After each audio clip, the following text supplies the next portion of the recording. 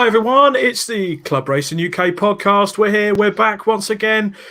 And boy, have we got a bumper show for you guys tonight. It certainly took quite a long time to write. It's plenty of pages full of racing action, much piss-taking, a league table, no less. And we're not on about the English Premier League or any other sporting matters for that matter. And we're going to talk about one thing that we're actually using right now. We're going to talk about social media because despite what a few people say, it might just be a lot more important for club racing than you realise.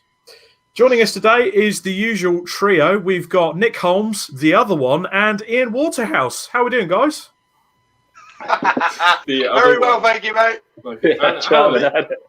Did we all know about the little screen kicking off the timer at the start? Or is that just a surprise to me?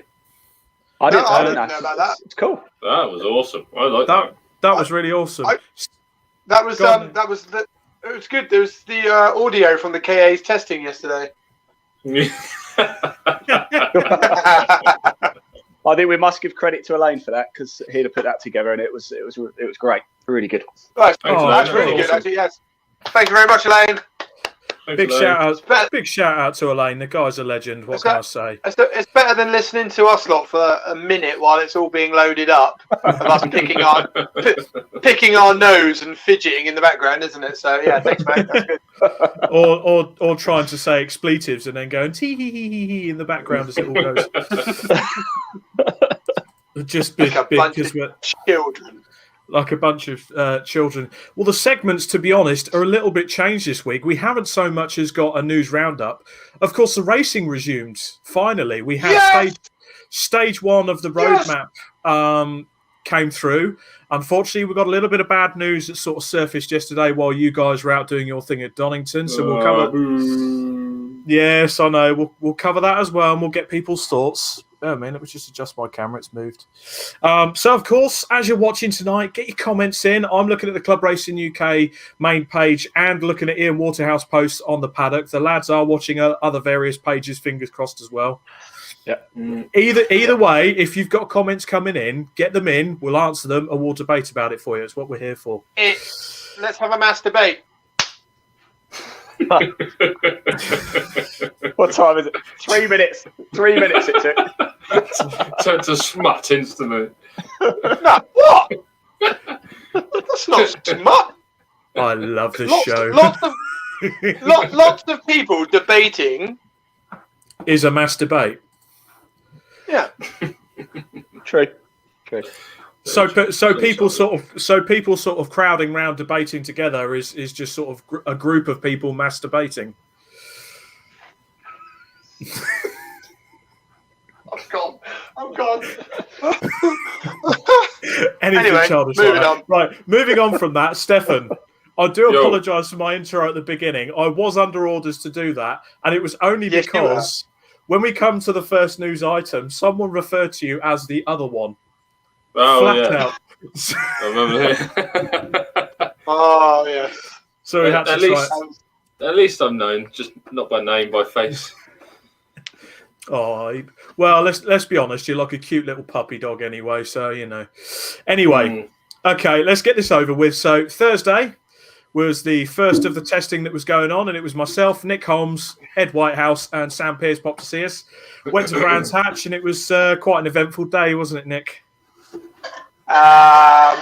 Yes, Robert, it was. Tell you what, let's bring up the first photo and we'll see exactly what you mean. Oh, look at that! Look at that picture. Look at the size. I don't think I've It's almost ever been qualified as a flat floor at this rate, Rob. Well, I mean, to be honest, the ironic thing was to make it sturdy. You'll see the two legs going back. Now, on my car, the exhaust is at the front and it comes underneath the engine, hence the gap. There was going to be an aluminium plate possibly going over that, but as you can see, Nick took care of it anyway. So that was bolted to the subframe, had 3 rose-jointed legs with spreader plates, one of which you could see that Nick has completely obliterated. Well, I say Nick obliterated it. We all did. It didn't last very long. To be honest, I'll put my hands up. I tried 9mm ply, not strong enough, simple as. And it was reinforced. It was. I've got to say, it was spectacular to watch Nick go thundering past in my car and just hear bang as it rattles against the car when the front went. Can I just say, Rob? I think today's script would have been stronger than your 9mm ply splitter. To be fair, yeah, it was. It was literally. It was literally reinforced everywhere but the lower edge. I should have bolted it to the bumper maybe, but that's what club racing's about. We learn from these things. So got rid of the splitter, went out, started to go really well, and then we got pulled by the noise Nazis. And it wasn't just us. There was about 5 or 6 cars in the end, race cars that were there on the day. And unfortunately, our track day was finished by about 2:30. Yeah, it was an annoyingly low dB track day, wasn't it? Really? No. Yeah, I mean, to be honest, the one point I know a few people have kind of sort of said to me, "Well, what are you doing testing on a track day?" Well, it was actually one of the track days that was referred to me from our championship organisers that said, "Right, you've got a discount on this date. We've allocated this for you. Take advantage of it." So I did, but obviously the noise settings weren't. Who doesn't test on a track day? That's true. But Test days are fucking expensive. well, yeah, because you know, as it's well documented, I'm not bloody made of money. I'm on a tight budget this year, so I'm not going to pay 750 quid to do 4 fucking 20-minute sessions. It's as simple as. Poor man couldn't even afford 12mm ply. Come on, guys. You bastard. But no, to be honest, I knew as soon as that happened, this episode was going to go one direction only. But as well as the lads at Donington yesterday, I did kind of get a chance to reveal my livery. So I've got 2 more pictures for you, hopefully. Elaine? There we go. So that's how my car's going to look this year. So if we go to the second picture, third picture, there we go. Oh, look at that. I love the stash. And Nick's hat. It's very nice. Yeah, I think it's changed now. What did I send you guys the other day? Well, basically, we found out that with a whiteboard marker, you can doodle on the logo, so it's fantastic. I did get one sent to me with my face looking like Hitler. That wasn't me that sent it, that's for sure. No. I mean, it took me a while to realise as well, which I found even funnier. And I went back into my WhatsApp to message someone. I was like, hang a minute. Maybe in 2 weeks' time. Maybe in 2 weeks' time, we should start this at 9. What do you reckon? Yeah. I think sorry, Ian. We're going to get in trouble. Ian's getting antsy up there. I think it's getting that way. But the lads went to Donington yesterday, so I gave up my livery first. So as we all know, my car's going to be the sort of official podcast car. So mine's going to carry the podcast logo and such and so forth. I keep trying to prop my phone up to read comments, but sorry, Nick, go on. Can I just say, can we have a? This is just going to be an all-out cry to all club racers, fans, and everybody involved in the show.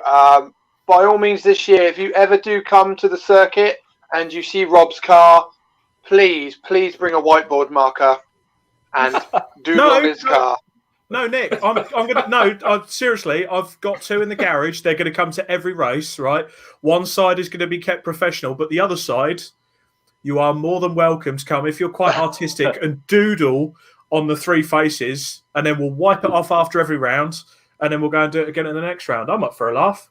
It's good fun. That'd be a laugh, actually. Yeah, just don't doodle on the rest of the car because, you know, I've got sponsors and people that are helping me at the moment. So, you know, but yeah, logo, by all means, crack on. This is going to be carnage, Rob. You do know what you just opened up it. It could be worse, Ian. I could put it could be worse. I could put a 9mm splitter on it and it could obliterate itself within about 8 laps. You could do that, yeah. Oh, wait. Yeah. Oh, wait. Oh, wait, that already happened. What's that? Oh, no.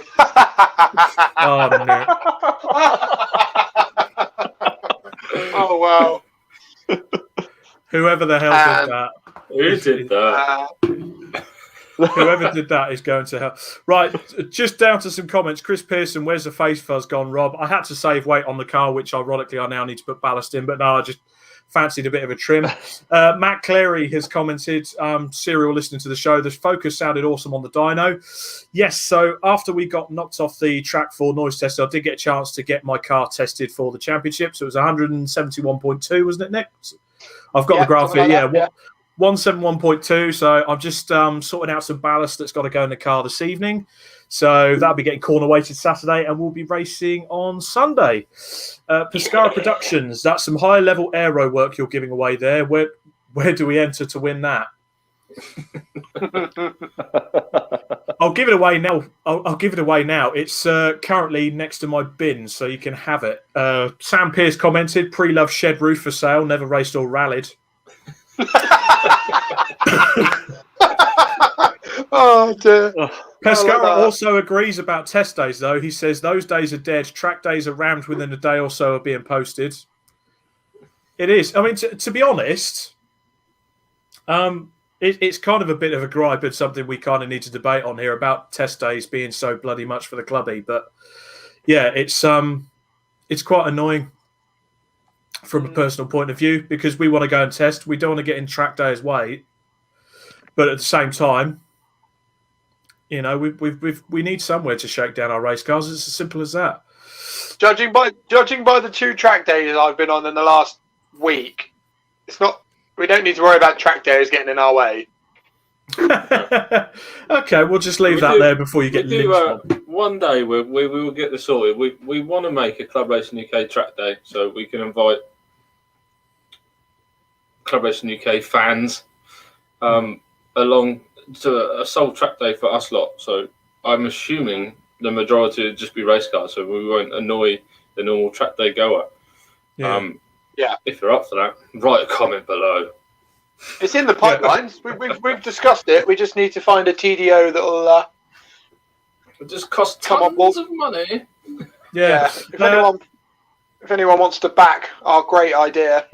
Sorry, we've got loads of comments coming in. The latest one that's just come in, Steph. Sam Pierce says you can tell it's race week. Stefan swapped a beer for a protein shake. It's actually a powdered energy drink made by Sneak. Today is strawberry minions. I think it's very nice. Very nice. Very nice. Oh, look at that! I feel the energy coming through me already. Jesus Christ! They should make Stefan an electrician. There's that many plugs in there. For the record as well, you can definitely tell it's race week because this idiot up here decided to fill our office drawer up. We have a biscuit drawer. He put chocolate digestives in there, but the light version. Who the buys the light version of chocolate digestives? Got to save the calories, Nick. It's race week. Come on, man. Yeah. Sai Sheza has commented, "Hi guys, hope you're all well. My season started at Alton last Saturday in the Northern Sports Saloons. I went fairly average. Car still running on, not damaged though. Bonus. Yes, we're coming to that shortly. We have got race reports. We've been watching a bit of the racing. Alpha Live. We're live at Donington Park with the 750 Motor Club, so we all watched a bit of that. Ed Whitehouse has commented saying, Rob, you're an absolute flute. No idea what that means, calling me a musical instrument. Ashley Shellswell, I've just booked a test day at Silverstone. Same price as a Brands track day. Ashley, send us a link. Yes.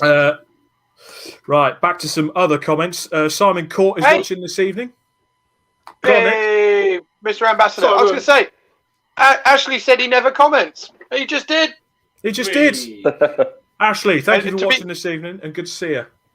Steph, he's who's guilty of calling you the other one. I'm the other one. There the we other go. one. Simon Court has tuned in this evening. He's tinkering in the garage on his race car while listening to us having a good old masturbate. Megan Edwards, evening, sorting out my marshalling stuff, ready to start marshalling at Snetterton next weekend while listening to you guys in the background. Massive shout out to the Orange Army. We love you guys. We can only go racing with you guys there, so thank you for that. Nick Underwood's tuned in. Guys. Mario Neofitu has tuned in. Chris Pearson, I sense a new CRUK competition coming on. Best comedy cock on the logo. Well, I think Rob's already won that one. Oh! Oh my God. Your it tonight. faces. You are so getting vandalised at Donington. I'm going to draw like 20 dicks on your face and send it round Donington for the photographers for that one. I hope you're doing, and I hope they pull you in for indecent exposure in a car. Well, it won't be in the car, will it? I won't just be sat in. I'll leave that. Okay. It'll probably be the first time in the history of racing that you get black flag for dicks. Yeah. Normally, Nick's being black flagged for being an absolute cock, not just showing them off. So anyway, we've seen my livery with the podcast logo on it, and of course the lads went to Donington Park yesterday and showed off their liveries. If Steph, you did send the photos in, didn't you? Yeah, hang on, we do have a picture. Sorry, let me just jump back in. Cool. Elaine, if you're watching, it's the bottom one, the late entry mini one, and the mini and the KA. Yeah. Now frantically look. There you Oh, go. there it is. There you go. Look at that. I do have to Spicy. say, I did say it before, that does look really good, mate. You know, they look fantastic, don't they? For anyone listening on a podcast, just sorry, you can't see this. No, you're right. Sorry, you're missing out on this. Yeah, check out our Instagram or Facebook. You'll see all the pictures of all our cars, both our cars. You'll also see Rob's car on there as well. We do have to say a massive thank you. They won't be watching this, but I'll say thank you anyway to our painter / theming artist from work.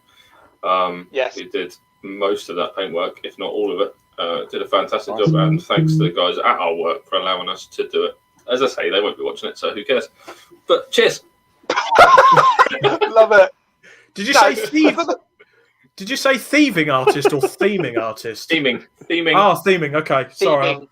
I heard that wrong. I was like, why the fuck's he calling him a thief? That's Bit his harsh. official title. He gets a bit upset when we just call him a painter. So Yeah, he does. He gets a little bit teary, bless him. No, you But, call him an artiste. an artiste. Yeah, For the record, though, he churned the Mini out in a day. He did that in a day, didn't he? he did. Yeah. So Is it all painted, or have you got the stripes vinyled, or is it just No, it's all all painted. laid paint? all paint. It's just the logos on top of it there, vinyl, but all the colours are paint. Oh, cool. Okay, so tell us about how the test day went. Yeah, it went well. It's a nice early start, thanks to COVID, but cold. Yeah. The mini was on song in the morning. Obviously, we haven't. The last time we were out was at Coombe. It wasn't pushing that hard. We've done loads of new stuff to it and added loads of stuff to it. So, proper shakedown in the morning, and then just slowly, gradually pushing it throughout the day. After lunch, it had a bit of a vibration, so we were kind of chasing that all afternoon to try and figure out what it is. So, got some parts on order to change tomorrow. Hopefully, that'll sort that out ready for Sunday. KA, obviously the new suspension and the new sticky tyres. I've done anything else apart from put that on, and yeah, I mean, it's going to be a hard one. I think it's going to still, it's still fun. Don't get me wrong. It's a race car going around a racetrack, but we're going to have to see what it's like with a load more cars. I think it's still going to be epic, but I mean, going around Donington, the brake pedal is not really necessary for most of it. So It was. but it's Well, so we're going to save on tyres and brake pads this year. definitely High five. brake pads, okay. High five to MSV for always thinking of ways to save money. The only thing they'll have to bring in is a directive that you have to lubricate the brake pedal to stop it seizing up Yeah. after every meeting because you're barely going to fucking touch it. Right. Unless your Matt name's broke down Justin White. Yeah. Sorry, Steph. Say again. Matt broke down on track, just getting that in there so you can take the piss out of him. What Yes, he happened? did. What, in the KA or the Mini? Mini. I think we run it a bit low on fuel and starved the fuel and popped the fuel pump fuse. So yeah, just conked out the bottom of craners, I think. I did go past him in the KA and gave him the the Wanker friendship sign as we went by. Hi, Matt. Give him the old wave. Waving away. Fair enough. Well, that's the testing news for the three of us. So I'm sure you will see us possibly in action on the live stream of My Supercar, the coverage of the TDT and TDC rounds on Sunday. Where basically we're all going to be there. So Nick's racing my car, Stefan and Matt Hibbard will be racing the Club Racing UK Mini, and I think it's a full grid, chaps. I haven't seen the entry list yet, but the last email that we got through, there was only 2 spaces left. And I'll be honest, it probably won't be too difficult to fill them. No. Well, it's probably... No, hold on. I think there's 3 spaces now. Oh, what's that? Because your splitter's not on your car anymore. Ah, yes. Very good point. So Nick's taking care of the opposition already. Right, back to... So back to funny. I know. Oh, I'm a funny guy. I know. Stefan, can you remember what happened at Castle Combe when we went there to test a Vectra?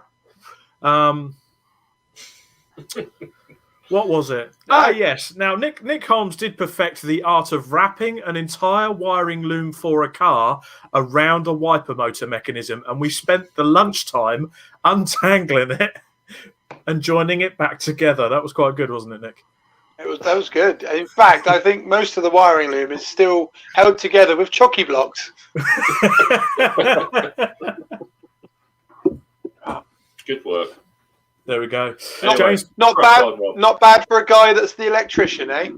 Exactly. Jamie Peter Ennis has commented. He's got his ARDS test on Tuesday at Mallory. Slightly scared, and thank you for the 40th birthday wishes yesterday. A happy birthday to you, Jamie. I hope it was good. And don't worry about the ARDS test. You've been around racing long enough. You'll absolutely cruise it. And let's be honest, with the motorsport school, you're probably in the best hands around. So don't worry about 100%. it. And we look forward to seeing that lovely grin with a pass sheet. It's all good. You'll be on track soon. Not to worry. Okay, let's move on to the next bit. So obviously we haven't got a news roundup because on Easter weekend we finally went racing again. Well, we didn't. We're doing it next week, but racing was happening again. Now I haven't covered the Masters at Donington because let's be honest, that isn't club racing. It's probably the most expensive paddock going apart from the British Touring Car Field. If you do want to have a watch of it, though, I think the race replay is all on YouTube. It is quite a good watch. Yeah, but some serious machinery there. Oh, yeah, there was some serious cars there. But we will come to that later on, actually, to do with Mr. Chris Pratt. We'll descend upon Alton Park first for MSVR. The 7-race series had 4 races, 2 for the 1600s, where Lewis Thompson dominated, and the 420R, where Richard Ainscoe and Justin Heap shared the spoils. Heritage Formula Ford was there as well. It was a very small 7-car grid. Neil Patton won both the races. Hopefully they'll pick it up soon. The highlights of the day, for me certainly, were the Northern Saloon and Sports Car Championship. Simon Sheridan commented earlier on. I want to give a special shout out to Ben Griffiths, who got his Civic put back together after his engine was rebuilt. So there was a new K24 engine fitted on Wednesday. It was then mapped and sorted that week. No shakedown, as he put it, just balls deep. He won Class B and came 7th overall in both races. And we've got a video clip for you.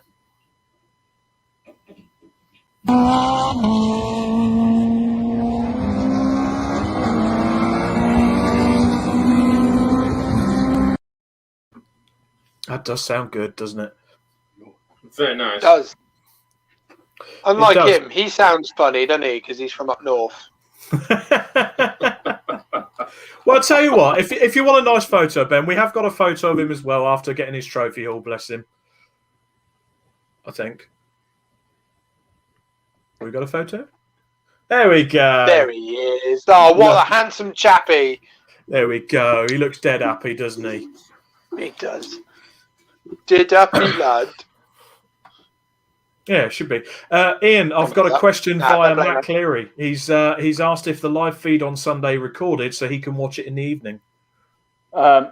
Yes, it would be if we're going. You know, we've got a little bit of breaking news, actually. We might not be going on Sunday, and the reason being my son tested positive for COVID yesterday. One of these home kits. So we've taken him to a testing centre today. If that comes back positive, I'm afraid we're out on Sunday because we have to isolate for 10 days. If it comes back negative, we'll be there. So fingers crossed he's negative But yesterday he tested positive on one of the home kits, which means if he does have COVID, I have to stay at home too, unfortunately. Nick? Just a suggestion. Do you have like a large box you could stick him in? Yeah, got a cage actually, just behind. Excellent. Just lock him in there. Come and do some videoing.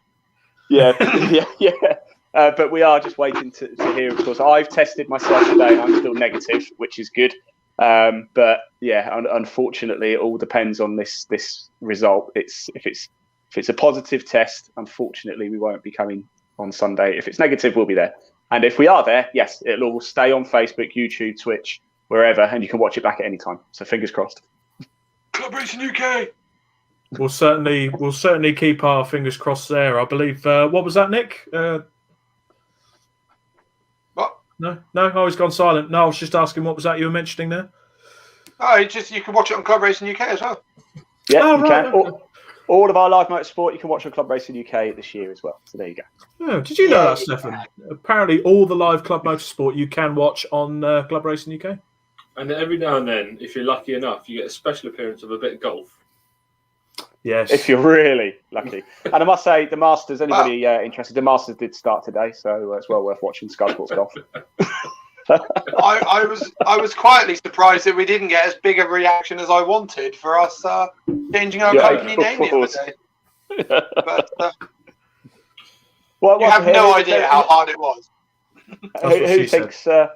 Who thinks McElroy's going to win the Masters? Nick, what do you reckon? Oh, 100%.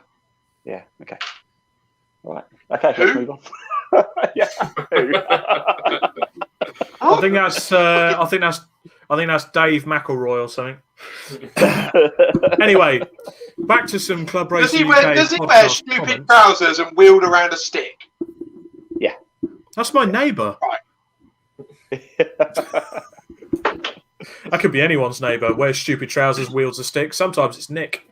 Pescara Productions has commented, we had a good Sunday testing our live feed.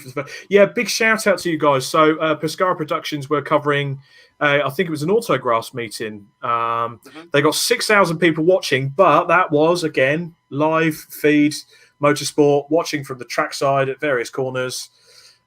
Let's be honest. I mean, Nick, you guys... I have to say, it looked good. Looks very good because you can watch something like My Supercar that brings you the footage from the pits. And then on a separate screen, if you're really committed and into your motorsport, you can watch the live circuit feed. So you can watch people like myself and Nick rip splitters off of cars and not even bat a fucking eyelid. Anyway, moving on. Castle Combe had a wonderful meeting there as well. It was only the 4 championships, in-house championships involved. A big shout out to Chris Pearson and Sepia Photos as well. I contacted him and asked him for photos of all the winners that we had coming in. He's managed to supply them for us, top quality photos. Give him a heads up and you will see him in and around Castle Combe and other race circuits, I'm sure, this year. Castle Combe Racing Club Hot Hatch, Jordan Curnow and Chris Southkirk came up with the wins. We've got some nice pictures of them there. There we go. That's the most versatile club race car. Do you know, I've never seen a Honda Civic on a racetrack before. No, it's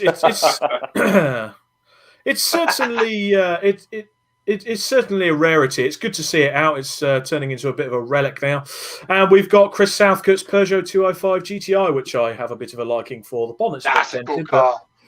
That's a cool car. That is cool. I do like an old 205. There's something about them, isn't there? Mm-hmm. Lovely little cars. Can I just say something before we go a little bit further? What's that, mate? I must admit, it's on a live show, guys, so you can watch this back. I actually developed quite a soft spot for the Honda Civic Type R yesterday. There you go.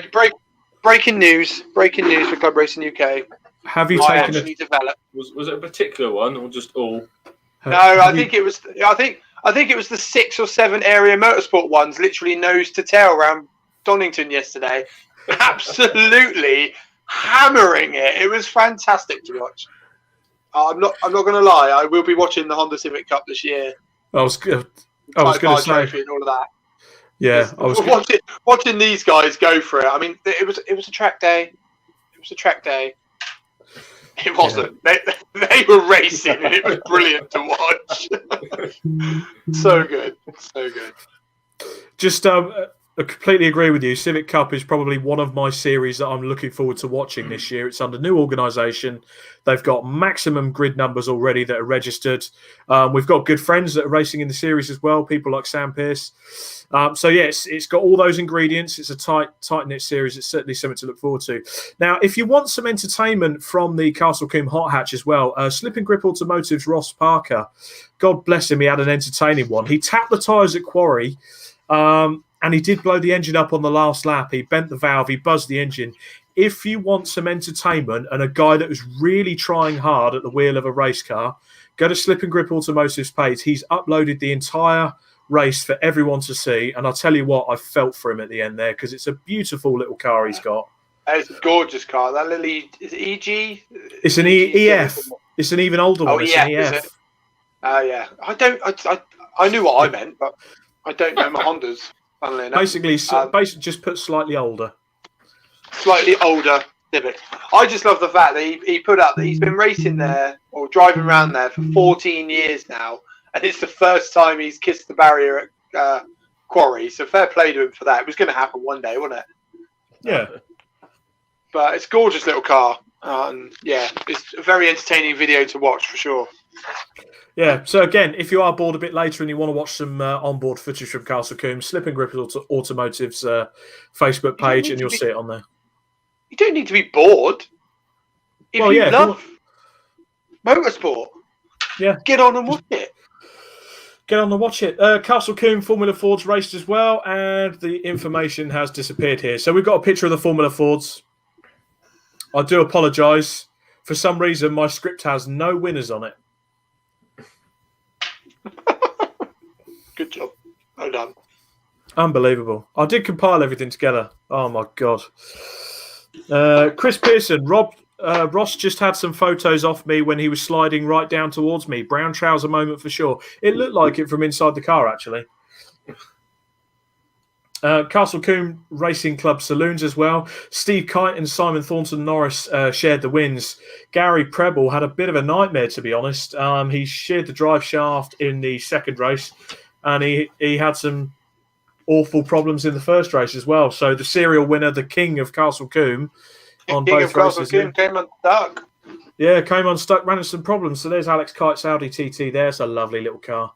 I think that's complete with the hairdresser kit in the passenger seat. You can't make any comments about hairdresser, Robert. You should tap him up. You should tap him up. Oh, here we go. This is the Baldylocks over here taking the piss out of someone with hair. You get a perm. Too much testosterone. That's this. This is too much, man. That is too much, lady. No, it's just called I haven't had a haircut in over a year. Anyway, basically all Nick's just done, he's constantly been doing that all of his life, and he's just dragged it down to his face. That's all that's happened. Castle Combe. That's been under the thumb, mate. They just push it through. That's basically, yeah, could be what it is. Chris Pearson, you absolute lifesaver. The Formula Ford 1600 winner was Oliver Waite for race 1 and 2. He was also awarded Driver of the Day. Thank you. Got me out of a hole there, Chris. You absolute legend. Castle Combe Racing Club GT Championship was won by Tigra Silhouette. I'm not going to say it's a Vauxhall because, let's be honest, it's a space frame car. There's probably barely any Vauxhall stuff on it. Either way, check it out. It's so pretty. It's very cool. I do like a silhouette. No, that's Simon Thornton Norris's one. So yeah, that's the Tigra Silhouette there. And the second race was won by the Ginetta as well. Who was driving that, Rob? I appear to have lost that off my pissing script as well. 169 won that? Yeah, it's number 169 won that. I do apologise. Chris, help.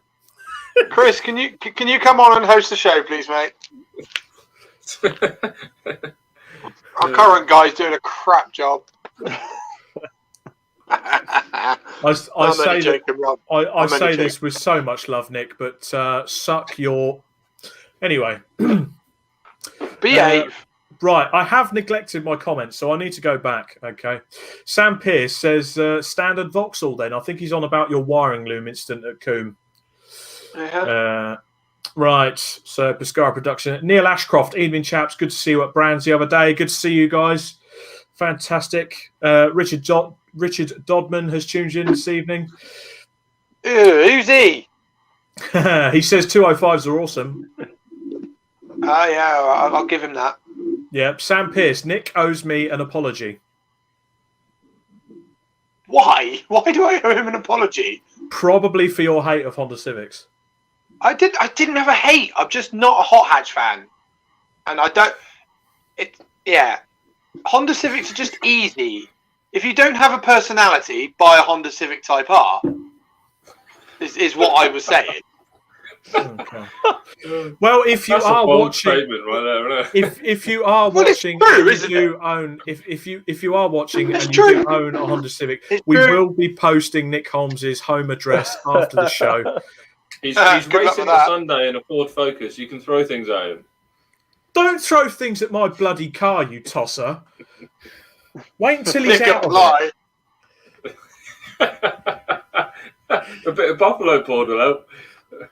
Mate, do you know how hard it was to try and get hold of some fucking buffalo board? Everywhere around Southampton sold out. Like, how many buffaloes do they have to cut down to make that board? Jesus. Anyway, Matt Cleary, Vectra for sale, PM Nick. Vicky Pratt, Nick loves Honda. Well, to be fair, he does, but he loves Ford even more. What can I say? Let's be honest, Nick.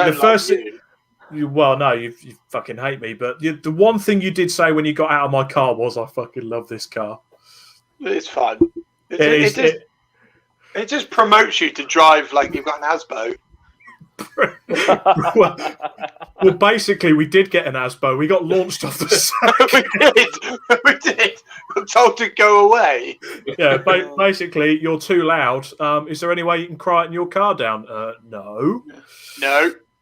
No, like I said to you, it was a shout out to MJA really, because that engine in that thing, the rest of it's a piece of crap, but the engine, my God, pulls like a train, just absolutely on song. Love it. No, I'm joking, Rob. Your car's lovely. It is. Well, speaking of MJA, we are going to feature them as well later on in the show. Sam Pierce, how can anyone comment on personality when you own a Vectra?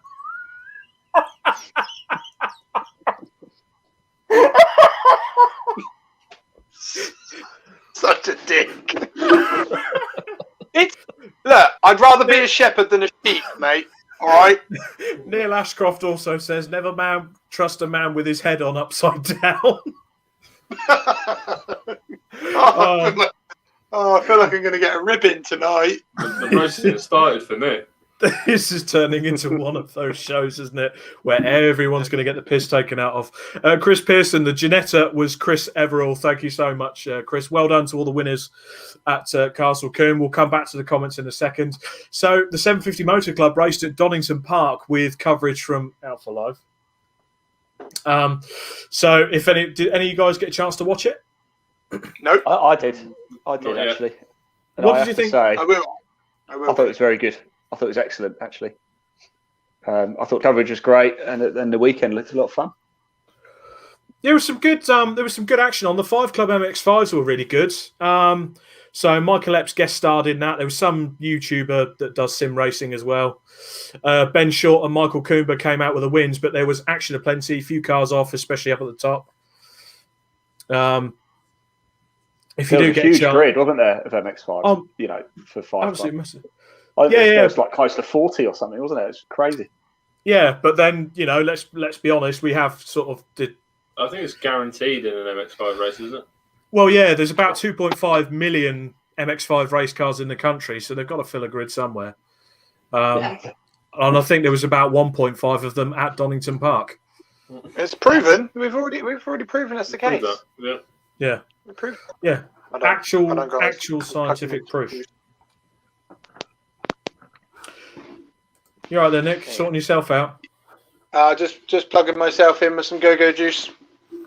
I realised yesterday at Donington, if I do anything on my phone that relates to videos, photos, or anything, to be fair, the battery just goes boom, gone. So 41 minutes of podcast, and I'm down to 20%. That's quite good. The Carmel Porsche Trophy and the Bernese V8s were out. There's some beautiful examples out. As well. The Joey Logano liveried Ascar as well. Matt Holborn wins in the Tuscan, and Jonathan Evans won in the Porsches. One of the highlights as well, they had a 924 that sheared a rear drum during qualifying and then threw a rod during the race. That was a Chris Valentine 924, I believe. Oh, no. Yeah, so there was a few of them that did get into the wars. I know Martin Reynolds hit some problems as well in his beautiful Sebring. The low cost as well, Simon Walker-Hansel and Andrew Tate shared the spoils there. Race 1, the top 3 was covered by 0.176. Whoa. Well done, guys. That's awesome.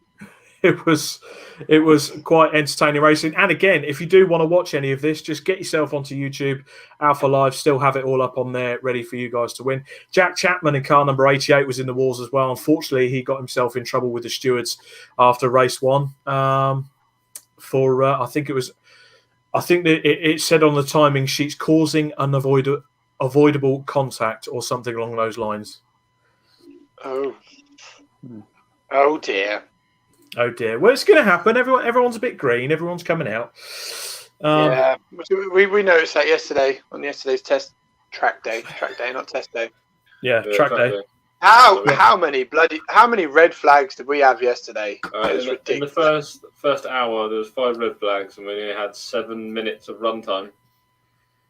Blimey.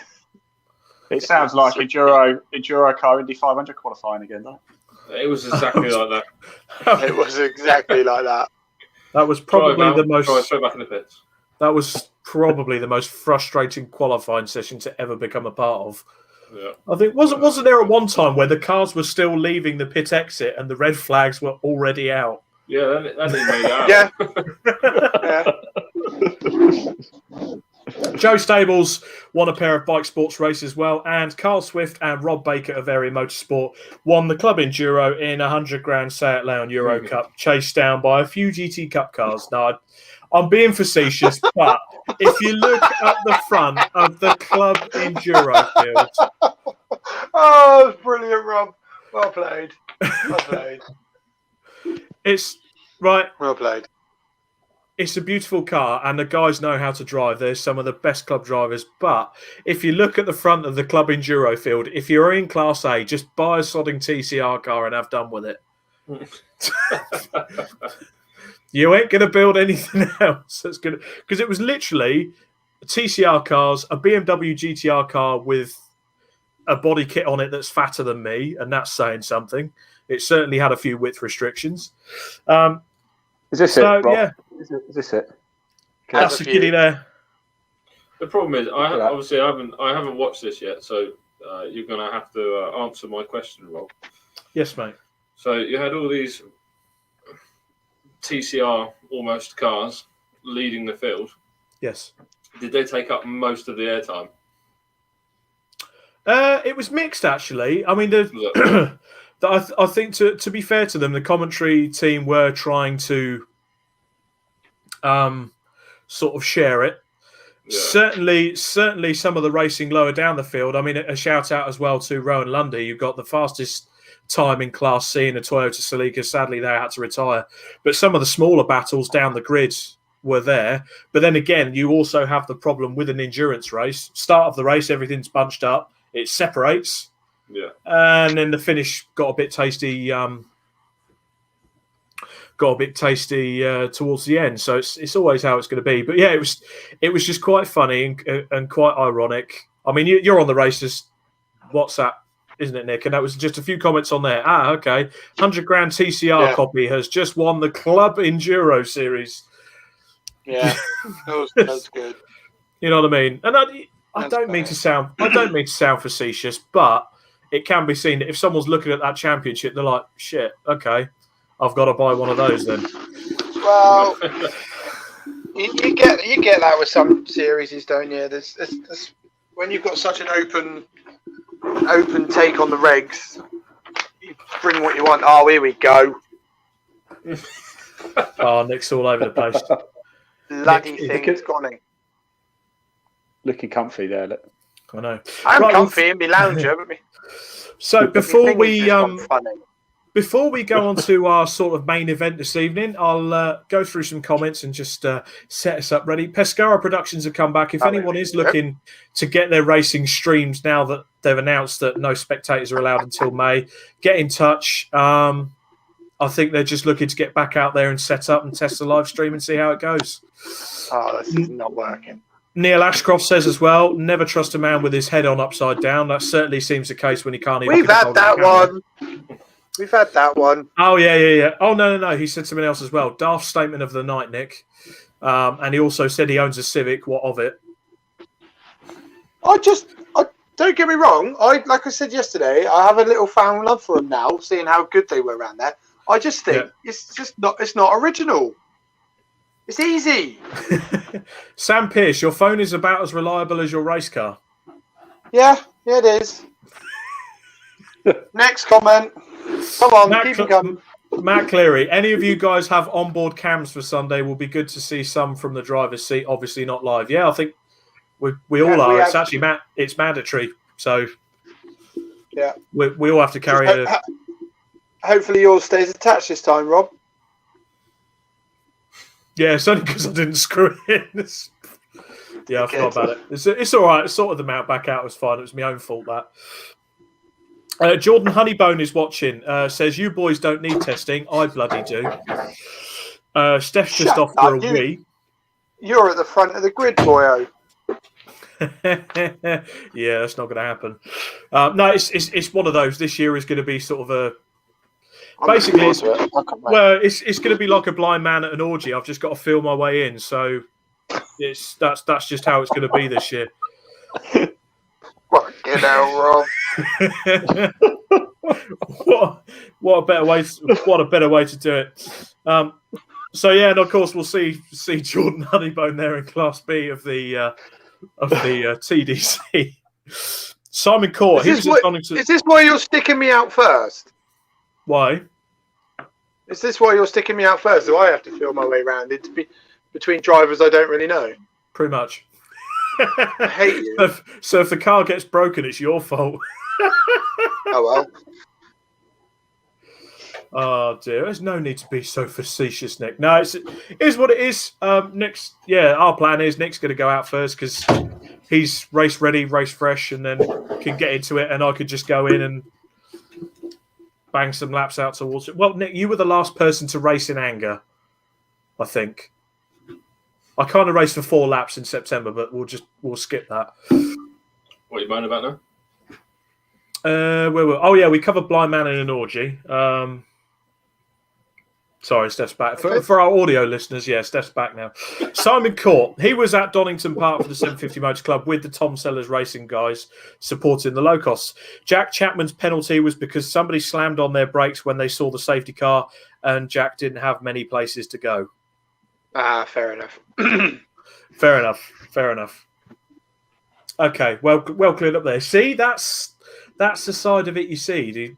You don't see. There's always views to that. But what a place like Club you Racing just put it in the script that he was being naughty, and in actual fact, it wasn't his fault. No, I put in the script that I apologise to him. Apologise to him now. At least we have the space for everyone to share their stories. So exactly what happens. That is what the podcast is for, is to get all sides out in the open. Jordan Honeybone can't wait for Sunday. How are you doing, Ian? Looking forward to freezing your gonads off. Yeah. He wrote. It was damn cold. It was well cold yesterday. It was horrible. Proper cold. Yeah, I haven't seen the forecast, but I assume it's not going to be too much warmer. No. But I will say this, I learned something yesterday. What's that? If ever you're cold at Donington Park, just send your team out to do 10 hot laps in the Mini in those R888s, then take them off and sit on it. Oh, I'm in love. Honestly, the smell of burning rubber and being able to heat yourself off the tyre was just really nice. I highly recommend it, people. So at the weekend, if you do come across Nick and he sat on one of my wheels going all cross-eyed, you know what's happened. I'm cold. That's what it'll be. Oh dear.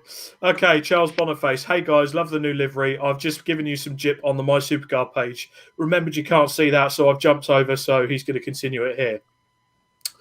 Well, Charles, as we can't see that, thank you for those kind words, which we'll actually cover in our social media segment. You bully. But let's go on to our main topic for tonight, because it is quite important. I feel it's something we all use. It's why Club Racing UK was set up and the platform it uses. Social media. What effects is it having on club racing? What it's going to have? We're certainly using it to get the podcast out. So what's your thoughts generally on social media? We'll start with Ian Waterhouse because Nick's having a biscuit. Well, it's as you know, Rob, it's where we broadcast to. It's crucial, and we'll come to what we've put together shortly. But some people like it, some people don't. The simple fact is you can't ignore it. It's there. It's getting bigger, and it's now. I mean, in yesteryear, to watch live motorsport or to watch any sport, you used to have a subscription to a certain TV broadcaster. Nowadays, you can watch it for free. I mean, Alpha Live's coverage on Monday. That was completely free. If you want to watch Formula One, you've got to pay Sky £40 a month. And it's accessible for everybody, and it's opened up so many opportunities. Like it, don't like it, it's there, and you've got to take advantage of it. As a race series, as a driver, you have to take advantage of it. There's no two ways about it. You've got to. Yeah. I mean, you say it's the new exposure. Something I kind of thought about the other day when I was writing the script for this. Would you say that social media gives you a bigger presence nowadays than being on TV or in the magazines like Autosport? 100%. Yeah. I'll tell you why. And I'm going to talk about golf for a second because I know Nick's a big fan. And Sky love golf. Yeah, and Sky broadcast a women's golf tournament, a fairly high-profile one, and it had, I think, the view figures released for 27,000 people watched it. I think this was even on TV, and we did one on social media that was fairly low-key compared, and we had 210,000 people tuning to watch. With a subscription service and stuff like that, you immediately block out a huge volume of audience of people who want to see it. With social media, it's endless. You can get it to anybody. You've got a target market audience that's about 2.6 billion people around the world. Why wouldn't you take advantage of that? Why wouldn't you utilize that? And the reach you can get, I'm adamant we get more views on motorsport and we'll just stick with motorsport, but I'm 100% confident we get more views in motorsport than Motors TV ever got. 100%. I'm confident. Alpha Live did 30,000 views on Monday. 30,000 views. That's good. Although I must hasten to add, I think the overall record is 56,000 set by us at Cadwell Park last year. for the classic Endurocast. Drop that one in there. And I think we did 35,000 at Endurocast last year. But anyway, look, enough about that. But that does highlight what you can achieve just on social media, doesn't it? And no disrespect to Motors TV or whatever guys it was under or is now. I don't know the exact viewing figures that they had, but I've spoken to a lot of series who used to pay for that, and they said their viewing figures was in the single thousands. And we'd rock up with Enduro. I mean, 35,000 people tuning in to watch Enduro Cup. It's almost unheard of, isn't it? But if you stuck that on Motors TV, you'd probably have 2,000 people watching it. So the power of social media, I think, is 3 or 4, 5, even 10 times that now of bog standard TV. Even Netflix are in discussions about getting cricket, aren't they? And yeah. It's huge. It cannot be underestimated, and that's why we've put together what we've put together as well. It's the accessibility of it, isn't it? The thing is, like Motors TV, if you wanted to watch a club racing event, it was aired at 3 o'clock in the morning. If you could record it, great. If it couldn't, I mean, I was on Motors TV once when I was with the classic touring cars, and it was aired at 3 o'clock in the morning. I recorded it, great, brilliant. But you know, when you do it on social media, every single man and his dog has a phone that's social media capable now. Mm-hmm. So it's so accessible. It's so easy to just, you know, you don't necessarily have to sit and watch solid 6 hours on your phone, but you can pick it up and watch a good hour of it or whatever. Yeah. Put it down, go make the dinner, come back out, pick it up again. It's so accessible. It's a really good sort of sales and lead generation tool as well to use, because we always run tracking links in sort of the text that we put in with the series that we work with. So at the end of it, not only can I sort of tell them, well, we had X amount of people watch and this was the reach and this was the engagement, we can also tell them how many people it drove to their website and things like that. And that can't be under things like that. You can't do that on telly, you know, but you can do stuff like that on social media. And I think the thing that people forget as well, views always steal the show because they're, oh, look, 30,000, 20,000, whatever. Doesn't that look fantastic? However, success is actually defined by how many people come into contact with you and the engagement that creates. So, for example, 100,000 people watch your content, for example, or classes of you, but your engagement is 50. That means of those 100,000 people, only 50 have actually done something with your content. That's pretty naff. Now, for example, this podcast tonight, I always take viewing figure reports of everything that we do when it's live. This will, based on what we've done before, I would probably say somewhere in the region of 300 or 400 or 500 actions will be taken. Now that's across comments, likes, shares, and clicks, profile clicks, and things like that. This is data that we give to the series because we have to be accountable as well. You can't just turn up and just point a camera at a racetrack and go, "Look, I got you 10,000 views, aren't I great?" But that doesn't mean anything. What's the return of investment on that? How do you determine what is success for a client? And we can give that information on social media. Can't do that on telly. No. Yeah, it's a similar. Just already the comments have started to come in. So Sam Pierce has said the big contribution to numbers and social media is that the fact, like you said, Nick, it's in our pockets now. Whether it's on Motors TV, okay, Motors TV was fantastic. I used to sit up and watch programs on there, but you had to have Sky or Virgin. You couldn't get it on Freeview. You couldn't get it on FreeSat. We're lucky now that Ian, you're doing some TV work this year on Free Sports, which is accessible to it, but it's there. It's at the, you know, it's that. I also think because of social media, people's attention spans are a lot shorter than they used to be. Do you remember? You know, I don't know how old you guys are, but something shiny. Something shiny. Yeah, when I was a lad, you know, you used to have a film came out at the cinema, and then it would be about 3 years before it would come out on VHS. Now, if it comes out at the cinema, about 2 weeks later, it's available on Sky Store or Netflix or DVD or whatever. People's attention span isn't what it used to be. So if you're on TV, you've got a TV show that's filmed at the time. If it's not back on TV within, I reckon you've got 5 or 6 days, then people have forgotten about it. You know, this is why live works so well. And the option that it stores and stays and people can go back at their leisure and watch it if they want, great. But it has to be in the moment. People don't want to watch. Like, no disrespect to what happens at the weekend. If people were raced at the weekend and then they're racing this weekend, they've forgotten about what's happened at the weekend just gone. They're laser focused on what's happening this weekend, you know? And it's just how it is. But you say that about focus. Is it focus or is that a dilution? Because there's so much. It doesn't matter if you miss last weekend's racing. There's more racing coming on this weekend, you know. There's the other side of the coin, isn't there? You're right, Nick. You're absolutely spot on. There's almost too much entertainment now, and this is why you have to. This is why it's important to get that analytical information so you know who your customer is, essentially, because there's a lot of white noise out there. People say they love you, but they don't really care. You know, realistically.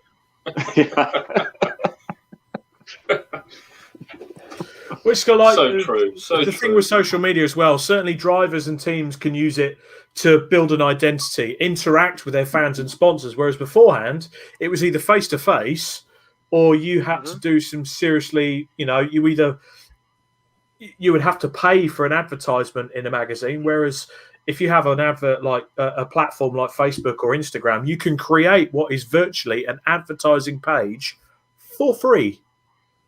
Yeah. I'll tell you something about that as well, Rob. If you are a racing driver and you are trying to generate sponsorship, the very first thing that sponsors want is a campaign. All right. Now, They want something that is going to give them a return of investment. No one's going to give you money for free. You're going to race and you're going to come. You might get a podium every now and again. Great, here's 10 grand. Go do whatever you want. They want a return of investment, and what they're investing in is access to your fan base, essentially, and your network. Now, if you're a driver, you might be the best driver in the world, but if you go to X sponsor and say, I want £10,000 to go racing, they'll look at your social media following. If you go, I'm not on Facebook, I'm not on Instagram, I'm not on Twitter, I don't believe in social media. And then you've got a guy who finishes 12th every single race, but he's really cool and he's very charismatic and he's got 10,000 Facebook followers and 10,000 Twitter followers. They'll go with the guy who's got the following. It's that simple. So you have to, if you're serious about getting sponsorship, do be aware that social media, it's not everything, but it's a very, very important part of what you do. If you don't have a following. And it's an easy part as well. It's an easy part. Yeah. I mean, it's what we do. You post some pictures up, give some, short little blurb of what you've been up to, some cool, quirky pictures. And actually, going back to your attention span earlier on, you see people like write up an entire three-page essay of what they got up to the weekend. No one cares. You write a little blurb, put a cool picture up with your trophy. You'll get far more engagement and stuff like that. So it's the way you do things on social media as well. Yeah, but even I mean, sometimes you can write a bit of a full essay, but you need to the thing is, you need to have something that you can write that essay, but you need to structure it so that it will keep people hooked and keep people reading down it. It's little bits like emojis and shit like that helps, and little jokes as well. Neil Ashcroft, live streaming is the future for club racing, in my opinion, but why can't someone coordinate the production companies to get a full joined up club calendar streamed? I'll probably direct that to you, Ian. Yeah, great question. Yeah, I would love that. To be honest, I guess it just comes down to money. It comes down to a lot of this for us as well. Especially with you. Date clashes. Yeah, a lot of it is date clashes and things like that. It's. I mean, look, we've got a big announcement coming up. Actually, I'm not allowed to say it, but it is a big announcement coming up. And for us, we've sort of pivoted a little bit. My background is I'm actually a marketer originally, and yeah, really, believe it or not. Oh my god, and, you learn something new every day. I thought you were a plasterer. Yeah, well, there you go. I mean, I am trying to work out why. At the minute, it does look like I'm broadcasting inside a Lucozade bottle. The sun has entered your room. I've just got yellow light bulbs. It's that showbiz tan. That's what it is. Oh yeah. I've completely forgot what I was going to say now. I'll tell you what I was going to say. It comes down to giving more and being accountable. And one of the biggest bugbears when I looked at club motorsport. Live streaming is expensive. Let's not kid ourselves. It's not cheap to do for anybody, by the way, because the margins are not particularly great. But there's got to be a way that you can ensure you get the series and the club return of investment. Because at the end of the day, somebody has to pay for it. And let's not kid ourselves. It's the drivers, really. You pay your subs. You do this. You pay for that. The club will pay for track time, but they've got to recoup that, so they're going to have to charge you money. If you want live streaming, someone's going to have to pay for it at the end of the day. So you need to make sure, as well as a driver, that when you have live streaming there, you're getting access to it as well, and you're getting the value for money too. And it's something that really sits with me. I can't just turn up to a racing event, point the camera at some people, walk away, and at the end of the day, drop a text to the client and go, look, there you go. There's the viewing figures. 30,000 people, aren't we good? There's got to be more to it, because that has value to you guys. If you got a report at the end of every race which said, this is how many people watched it, this is how many people interacted with it, this is how many people reached it, this is where it was broadcast to, then you've got an asset to go to sponsors, haven't you, for you as well, as an individual trying to generate sponsors. And, it would be great if we could get one massive deal to get the entire club racing broadcast live. That would be absolutely superb. And to be honest, there's enough of us, isn't there, really? Club Racing UK TV. Woo! Club Racing UK TV. It's just about giving. It's about giving entertainment. Well, you technically get that already, Nick. You've got all the live streaming this season All the live from streams my Supercar. See, now you made a very good point there about someone's got to pay for it, right? But just think of over the years, how many times have the MSA put out these schemes where they've invested a load of money in certain schemes designed to bring people into the sport, right? And they've probably spent tens of hundreds of thousands of pounds to do that. Well, what would be better than actually seeing what you could be doing there in front of you on something like social media, on YouTube Live, stuff like that? Because as a comment, there's a few comments coming as well, and this relates to me. Matt Cleary, I never actually watch normal telly anymore. Facebook Live or YouTube is the only thing I watch now. Yep. Same here. Plus Netflix, plus Amazon Prime, which, if you go on Amazon Prime, there's actually a lot of club racing on there because they actually have a lot of backlog of club racing, which I know it's sad and I couldn't give a shit, but I go and watch it every now and again if I'm bored. Or I'll stick it on in the background while I'm working in the garage. Again, can't do that with Motors TV, can you? Or you couldn't. It's better than bloody Coronation Street. Better than Coronation Street. And again, like Nick, we other terrible soaps are available for the record. Yeah, I mean, even the big series are doing it. I mean, the British Touring Car Championship are doing qualifying from the touring cars online and streaming to your house. Supercars, anyone outside Australia and New Zealand, okay, they have streaming services as well. But myself, I think you still do it as well, didn't you, Nick? Superview. Yeah. So you pay £5 a month. Yeah. Go via YouTube and you can watch the Supercars coverage from Australia live. Last weekend, I was sat writing a script, watching the TCR race from Bathurst before the 6 hour, streamed online, free. Yep. Yeah. So it's a new beginning that we're going into, where everything on a PC and on your phone and on your interactive telly is slowly becoming a lot more important or a lot more relevant than just the BBC. The thing I will say that there's actually a huge difference for club racing and stuff like Formula One and TCR Bathurst, because that is, no disrespect, but it's more elite sport. So that already has the following. I think what we're trying to do in club racing is first of all make sure that the drivers and the teams are getting value for money by getting the right kind of exposure. And I think we spoke about it before. If it's just the front three cars are getting all the exposure, that doesn't really offer any value to, because when we're around the paddock, we met you guys at Endurocar and we met everybody. We got to know everybody on a personal level, and it doesn't matter whether you're first or whether you're last.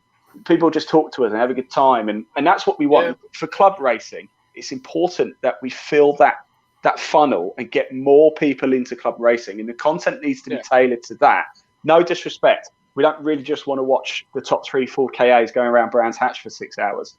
There's got to be more substance to the content than just cars going round and round. If you just want to watch cars going round and round, just go watch Formula One or Le Mans or something like that. If you want, but club racing's got to have more. Saying that, Ian, like you were saying earlier about someone who's not into social media. Yes, they're race winners, etc., etc., and it won't go anywhere. Yeah, if you follow the person who's in 12th place, but they're really cool, and they'll give you bigger exposure, you'll get that doing what you do. If you go speak to the guys at the back of a grid, someone who will think, oh, I won't get any, I won't get any exposure, I'm back here. If you interview one of their guys, my God, they go mental. They're like, oh my God, someone. Well, I did. I was like, I've been interviewed, and you just share it everywhere, and you get you get a much better response. Yeah, you do. You've got to tell on those people than Mr. Over here who's won 50 trophies already this year. Yeah, I mean, you've got to cover the winner. You've got to chat to them because they've won the race. And if you win a race, there should be the reward of always making sure you get a bit of extra media exposure. But my biggest problem is that it almost tries to be produced at a Formula One level when this is club racing. We need to get people into club racing. We need to get more drivers on the grid. We need to get more cars out there.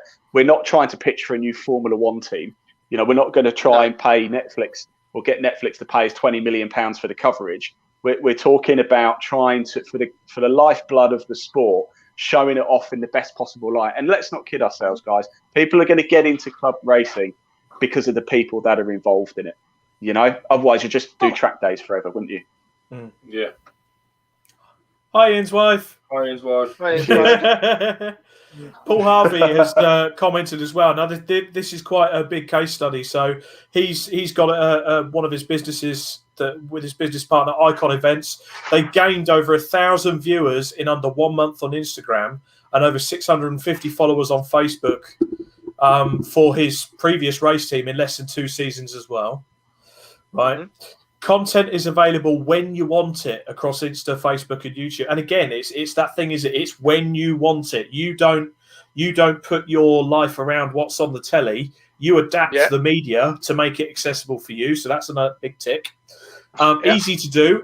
It's easy to engage because the comments section, you can respond to those comments. You can then create more content like the podcast. This is a very much an evolving thing. If we watch this episode and then you watch episode 1, it's going to be completely different because night and day difference. Yeah, night and day difference because we've evolved to what people have been engaging with us with. So we've kind of learnt what people want to see. Yeah. And it's your audience. It's your audience as well. If you're a team, Moores Motors, as we know well, or Graves, for example, they've got their own following. They've got their own advertising platform, which is free. Yeah. Like I said, if you want to take out, how much does it cost to put an advert in the local newspaper in your area? I don't know. It costs hundreds and hundreds here. Or you could stick a post out if you've got a big following on Facebook, and it's free. You know? Yeah. I mean, saying that, then how can everyone is now, isn't it? Everyone's on their phones. Everyone's on their tablets, whatever. Only people really go and get a newspaper or whatever these days. It just doesn't happen, does it? No, it doesn't. So the one thing I'll ask as well, gentlemen. Go on, Nick. But that's another thing. That's where the bridge needs to be built, because you do still have the people that will go and buy, Autosport magazine, the local newspaper, and won't do social media. But if you could show these people how easy it is to use it, a lot of them, I won't be rude, are like the older generation who don't get it. But if we could get them involved with it as well and show them how it works and how easy it is to. But doesn't that responsibility for me falls on those print magazines that are still going? Motorsport News, for example. I was in the comment section the other day. They're constantly getting panned because they don't really cover club racing at all. Really a great deal. I've contacted Motorsport News, and if anybody's watching this from Motorsport News, I've contacted you numerous times, offering you our live streams, and I've not even had anything back. Now, I've said they can have it all for free. It won't cost you a penny. You can have our live streams. You can have live Club Motorsport on your Facebook page, and they don't even respond. And I don't want to throw something in the mix here, but it annoys me because I feel Motorsport News have a following. They have a big following. They have a name. They have a reputation, and I feel they're not backing. I'm not even saying they have to do it, but just to get a response, to say it doesn't really fit in what we're trying to achieve. Fine, I get that. But I haven't even had a response. And I feel places like Motorsport News, Autosport, they have a reach, they have the following, they have a responsibility to club racing as well. They do. Well, a prime example of that, guys, can you remember a certain time, it was probably, a year and a half ago now? Autosport decided to up the price by nearly a whopping £10. What was used to get everyone together and make them realise, oh, shit, we've made a mistake there? It was social media. Everyone went mental. Everyone went mental, myself included. Why the hell should we pay 11, 12, 13 quid for a magazine that only talks about F1? Yeah. When there's already on their bloody publication, they already have an F1 magazine. And literally they were like, oh, okay, we're narrowing down the national focus. Okay, well, you just alienated most of your audience. Because I can tell you now, it's mainly club racers that buy autos. And I still do, if there's interest. I'm sure you guys do as well. I think you still had a subscription with Motorsport News a while ago, didn't you, Nick? It's... if it's got club racing stuff in it, I'll buy it. Yeah. So just back to some comments, because we've got plenty of comments coming in. So Neil Ashcroft has asked, why do drivers have to pay for coverage? Why can't race organisers then use this to attract series sponsors with all that data? Yeah, I mean, look, all I know about is I don't know who actually. Well, I know who pays for it with us, of course, and of course it is the client that we work with. But that money's still got to come from somewhere. Now, it might come from sponsor, for all I know. All I do know is that it's not free for any of you to go racing. You know, you're racing at Donington Park this weekend, aren't you? This Sunday. Mm-hmm. It's not free, is it? You know, you haven't done it for free. No. So, you know, it is for me. Essentially, it's business at the end of the day. Essentially, it's business. And this is why I think there's got to be a responsibility from live streamers such as ourselves, such as Alpha Live, 24/7, AJK, all of us. And, you know, by and large, I think we all do it, you know, as well. I can't speak for the others, but I can speak for myself. I'm pretty confident Alpha Live do. I have to say I was very impressed. I've always been impressed with Alpha Live, actually. But it's got to be a responsibility to make sure that you are delivering that value for money as well. Because you've got an obligation to the teams and drivers as well. Okay, so question is then, where do you draw the line between greed and, you know, helping out the club racer, the club itself, and things like that? Because everyone straight away goes, someone's got to pay for it. Someone needs, you know, the club racer's got to pay for it. You need money. Why can't you, as you've just pointed out, Ian, a lot of the stuff you put out, all the content and stuff can be free. So why can't people put stuff together? Surely the larger benefit it could be would outweigh sometimes this. But then why don't these series do that then? You know, why can't MSV, who own all these tracks, give away free track time? Because look, it's not free to live stream. You know, there's significant data costs every time you go out, and you know, same for you guys. You know, because the simple fact is, you know, we love motorsport. I'm a passionate motorsport fan. However, I can't go to a racetrack every other weekend or whatever and pay hundreds of pounds to go do live stream. I'm just not going to do it. You know, I'm going to say, well, no, and Alpha Live won't do it, and nobody will do it. You know, and that's where you've got to look at it. And if that happens, then you're going to lose millions of views on club racing every single year. And I can't speak for other people's costs, but I can tell you our margins are very, very narrow, very narrow. You know, first thing we have to make sure is we cover our costs. That's number one priority. And a bit like you, I know where you guys work. You don't go there for free, do you? You know, no, you quite rightly, you have to make a living. You have to make a living. You know, as you can see, I live inside a Lucozade bottle, so I'm not rich at all. Times is hard. Sorry. What I meant by it though was the fact that surely it's more beneficial for a club to front the cost than for their exposure. Then trickle it down to the drivers. But they might do it, and I think what happens, it's like most businesses, isn't it? They work out how many drivers are going to have for this season, they work out what the costs are going to be, then they see what's left, and then work it out from there. I'm not saying the drivers literally rock up and have to pay, right, here's 20 quid for the live streaming and stuff like that, their own pocket. It's all included, everything's included in your fee, and then if the club deem that they have enough spare reserves or an extra sponsor come on, a lot of this is sponsorship obligations as well. You know, if you've got we did the 2 CVs 24-hour race last year, and it was a sponsor obligation, and the sponsor fitted the bill. You know, so you know, great if you can get it. I'm not literally saying it's the drivers who've got to essentially pay for everything. However, you know, at the end of the day, if there's a load of free cash knocking around and going around, for example, then the first priority, surely, let's make your race entry fees a little bit cheaper. But if you're a series that you need to get more cars on the grid, you need to use that money in marketing. If you're a business, you have to have a marketing budget, and live streaming is a massive way of marketing. But then you know what you could do. Sorry, Rob. You know what you could do. Make it optional. Make it optional for the drivers. If you don't want to pay the live stream fee, you just get pixelated during the stream. Yeah. You just we could interview you and just like put a black it out. Just a smiley face on top. Yeah. I'm here with Mr. Smith, but we're not allowed to talk to Mr. Smith, so we're going to talk to you because you paid for live streaming. Go on, Rob. Sorry. But because you say that the operating costs are narrow, so let's say, I mean, how many sort of club racing operating weekends are there a year? Would you say 45, 40? What, across the board, right? Consistent weekends.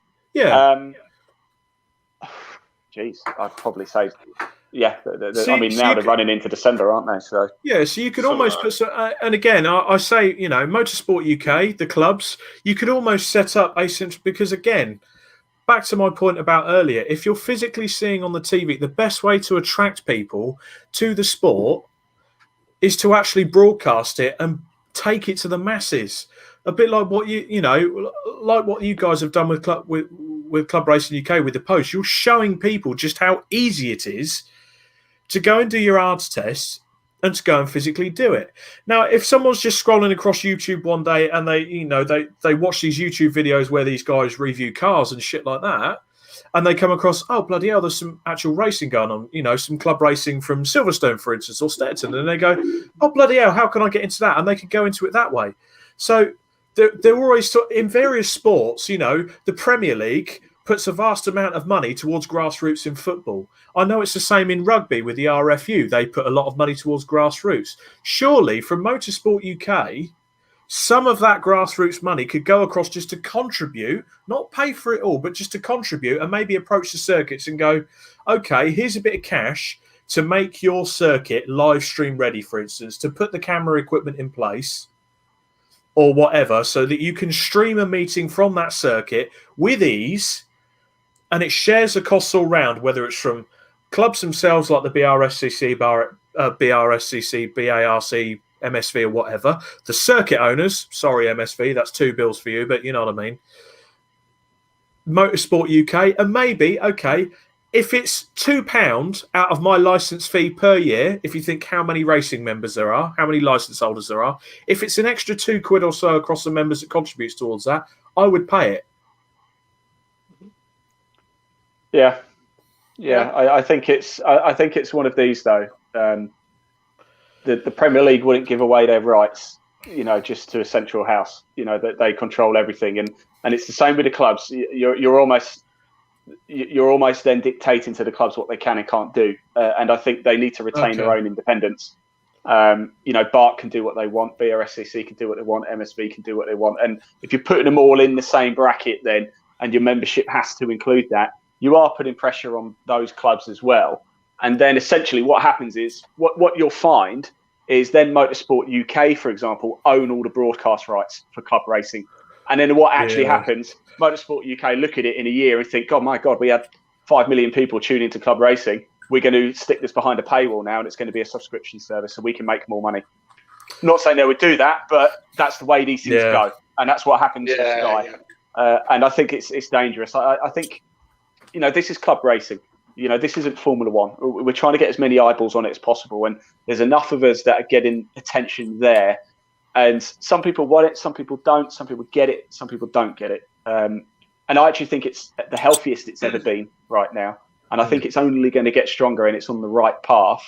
It's just a responsibility for everybody to make sure that the content that's produced, gives value for money. Don't just chuck money at live streaming and think, isn't it great? And be happy that you've got a report saying 20,000 people tuned in. Well, what does that 20,000 people mean to your drivers? What does it mean to your sponsors? What does it mean to you? Can you measure result? What is success? And this is the question you have to ask.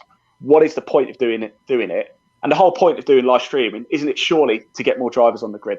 That's the end goal, really? Yeah. So we protect the future of club racing for the next 15, 20 years.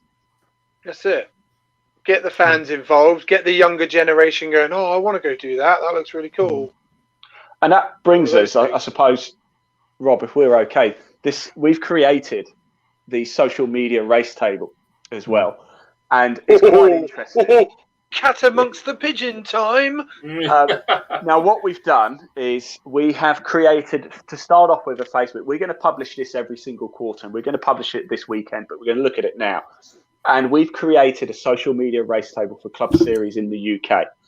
We've started just with Facebook. Now, we are going to expand this to the next quarter to include YouTube, and then we might go Twitch, whatever. But Facebook and YouTube essentially are the main two. But for the ease of purpose for this one, we've just done Facebook. And it's centered a majority around club racing, but we do have BTCC in there just as a bit of a yardstick so people can see sort of what the top level in the UK is doing.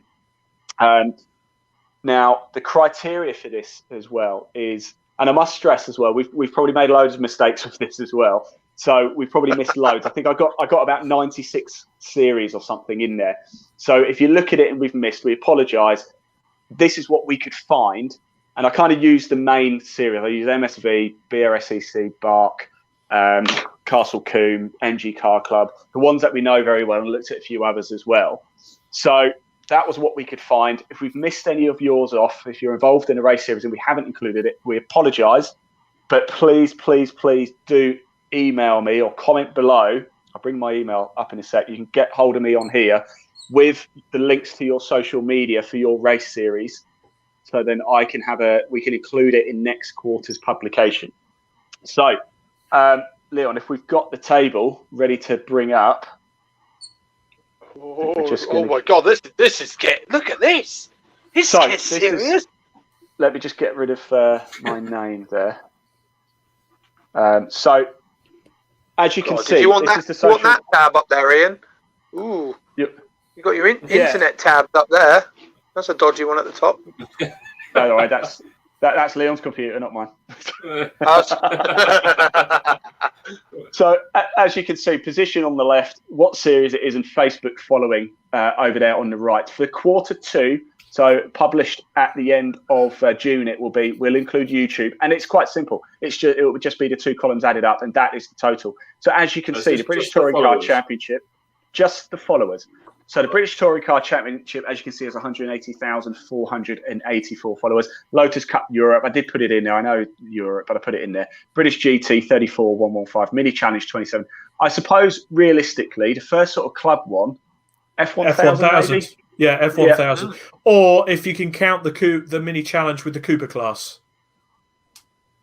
Yeah, maybe. British Truck Racing in there, Brit Car, Classic Touring Car Racing Club. So it goes to show... If we keep moving down, then you've got the Motorsport News Circuit Rally Championship, the Alfa Romeo Championship, Gerston Downs Speed Hill Challenge, British Hill Climb, C1 Challenge, Fun Cup, Nankak Thai BMW Compact Cup, Mighty Minis Junior Saloon Car Championship, GT Cup, Classic 2 CVs, Toyota MR2, Pickup Truck Racing, the Kumo BMWs, Ginetta Junior, Hot Hatch, the Harewood Speed Hill Climb, Clio 182 Championship, MSVT Track Day Trophy, Legends Cars. Then you've got Z Cars, Enduro Car is 32nd on the list out of that 96, I think. Avon Tyres National Formula Ford, which is surprisingly low. And then the Avon Tyres Northern and Super Classic, I'll come to that. Club Enduro, Road Sports, Burkitt Relay, Porsche Sprint Challenge, the Bernese SR and V8, Amok Racing, the Amok Racing Club, the BRSEC Fiesta Junior Championship, the MX5 Cup, the Carbonate Hyundai Coupe Cup, Nick, I know you know those guys well, the MG Trophy, the Porsche Club, 116 Trophy, Track Attack, BMW Car Club, the Max 5 Racing, Calm All Porsche Trophy, the BRSSC Mazda MX5 Super Cup, MSVT Track Day Championship, City Car Cup, Formula V, Focus Cup, Catering Graduates Racing Club, Classic Stock Hatch, Low Cost, you mentioned earlier, Sports 1000, Type R Trophy, Triple M Racing, Sports Specials, Modified Fords, Mark II Golf GTI, BRSSC Fiesta Championship, Sports. Look, you get the message. We will publish this on our website as well and put it out there for everybody. I thought we were going for the full lot then. Nearly got there. Now, what I must state, there's a very strict stipulation with this. If we just scroll a bit further down, Leon, what you will see at the bottom, there are also another number of race series. So 95 have a following. All of these, which are 0 in pink, it's quite a lot there. Now, the reason they're 0 is that you can see the Ginettas in there. There's the Ginetta GT5, Ginetta GT40. The stipulation for this table is that each series has to have its own Facebook page. It has to have its own audience communication. The Ginettas and a lot of the Caterham championships come under, for example, Caterham Cars only. So they don't have their own separate identity. Everything goes through Caterham Cars. So they're essentially sharing their audience. That is why they have 0. Ferrari Challenge, for example, I think everything goes Ferrari through Ferrari GB or something like that. It's not a Ferrari Challenge own page. Same with Castle Combe Racing Club. There's a few of those series. Exactly that. Now, Castle Combe obviously have their own racing page and have the circuit page as well. However, those ones don't have their own almost personal page. And this is the importance of having your own audience. It's great if you can piggyback off Caterham Cars, so you've got 10,000 followers or whatever, but you still have to communicate to your own audience. And that's the point, because there's a lot of big series in there which have nothing, technically have nothing. They do, but they piggyback off having to flog road cars at the same time. And that, to me, is not your own social media audience just about the racing. So what do you think, guys? Oh, I like it. It's certainly an eye opener. I mean, there are series in there that I thought would, to be honest, would have a lot more. Well, look at that, Yeah. 94th, the Aston Martin Owners Club Intermark Championship. Yeah, 200. They've literally only got 245 people. Yeah, Yeah. they have. AMOC have their own racing page, and a lot of those fall under that, and they will promote through that as well. So essentially, they're double bubbling up. But as I said before, it's got to be their own. I mean, look, the Elise Trophy, I thought would have more than that. And it just goes to show, actually, if we're totally honest here, social media for club racing isn't particularly strong. You know, if we're looking at this, really, if we go straight back to the top, Leon, if you wouldn't mind.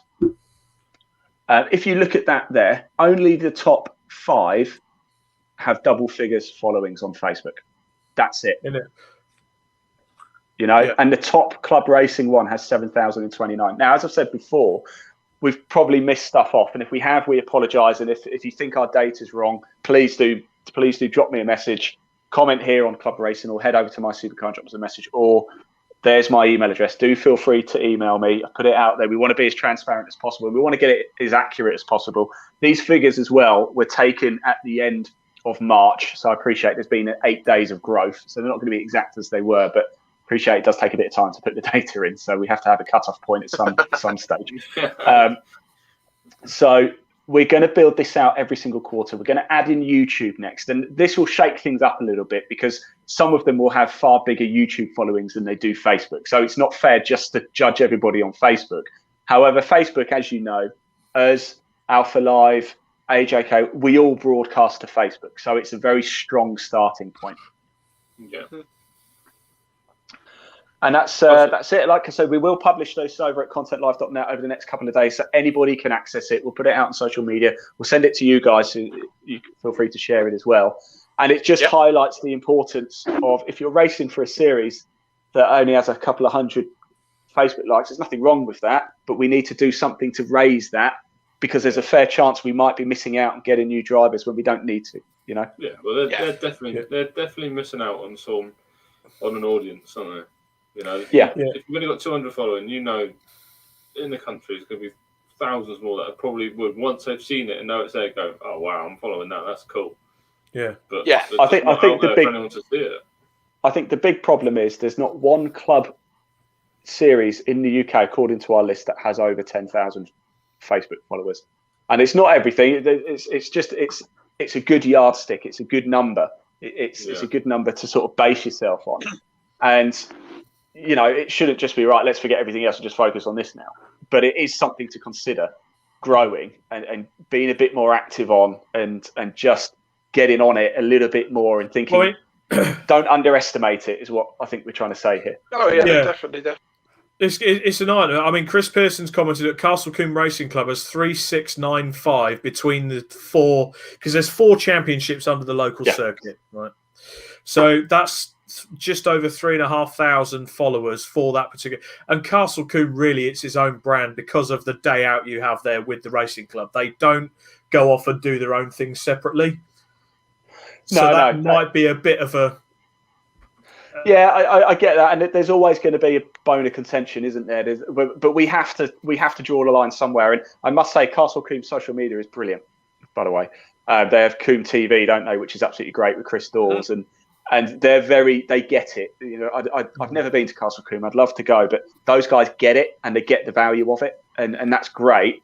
But I've got to draw the line. I can't do it for them and not for some like AMOC or somebody like that. No. So if you're listening, Chris Dawes, get a page set up for each of your championships and we'll get you on the list. Yeah, pretty much. Yeah. I mean, look, what we'll set a separate one up for the championships for the organisers, MSV and BRSCC and BARC, and you know, why not? It's not to shame anybody. It's just so you can see where you are and think, okay, do I want to improve, or are we just quite happy doing what we're doing? You know, you don't have to do it.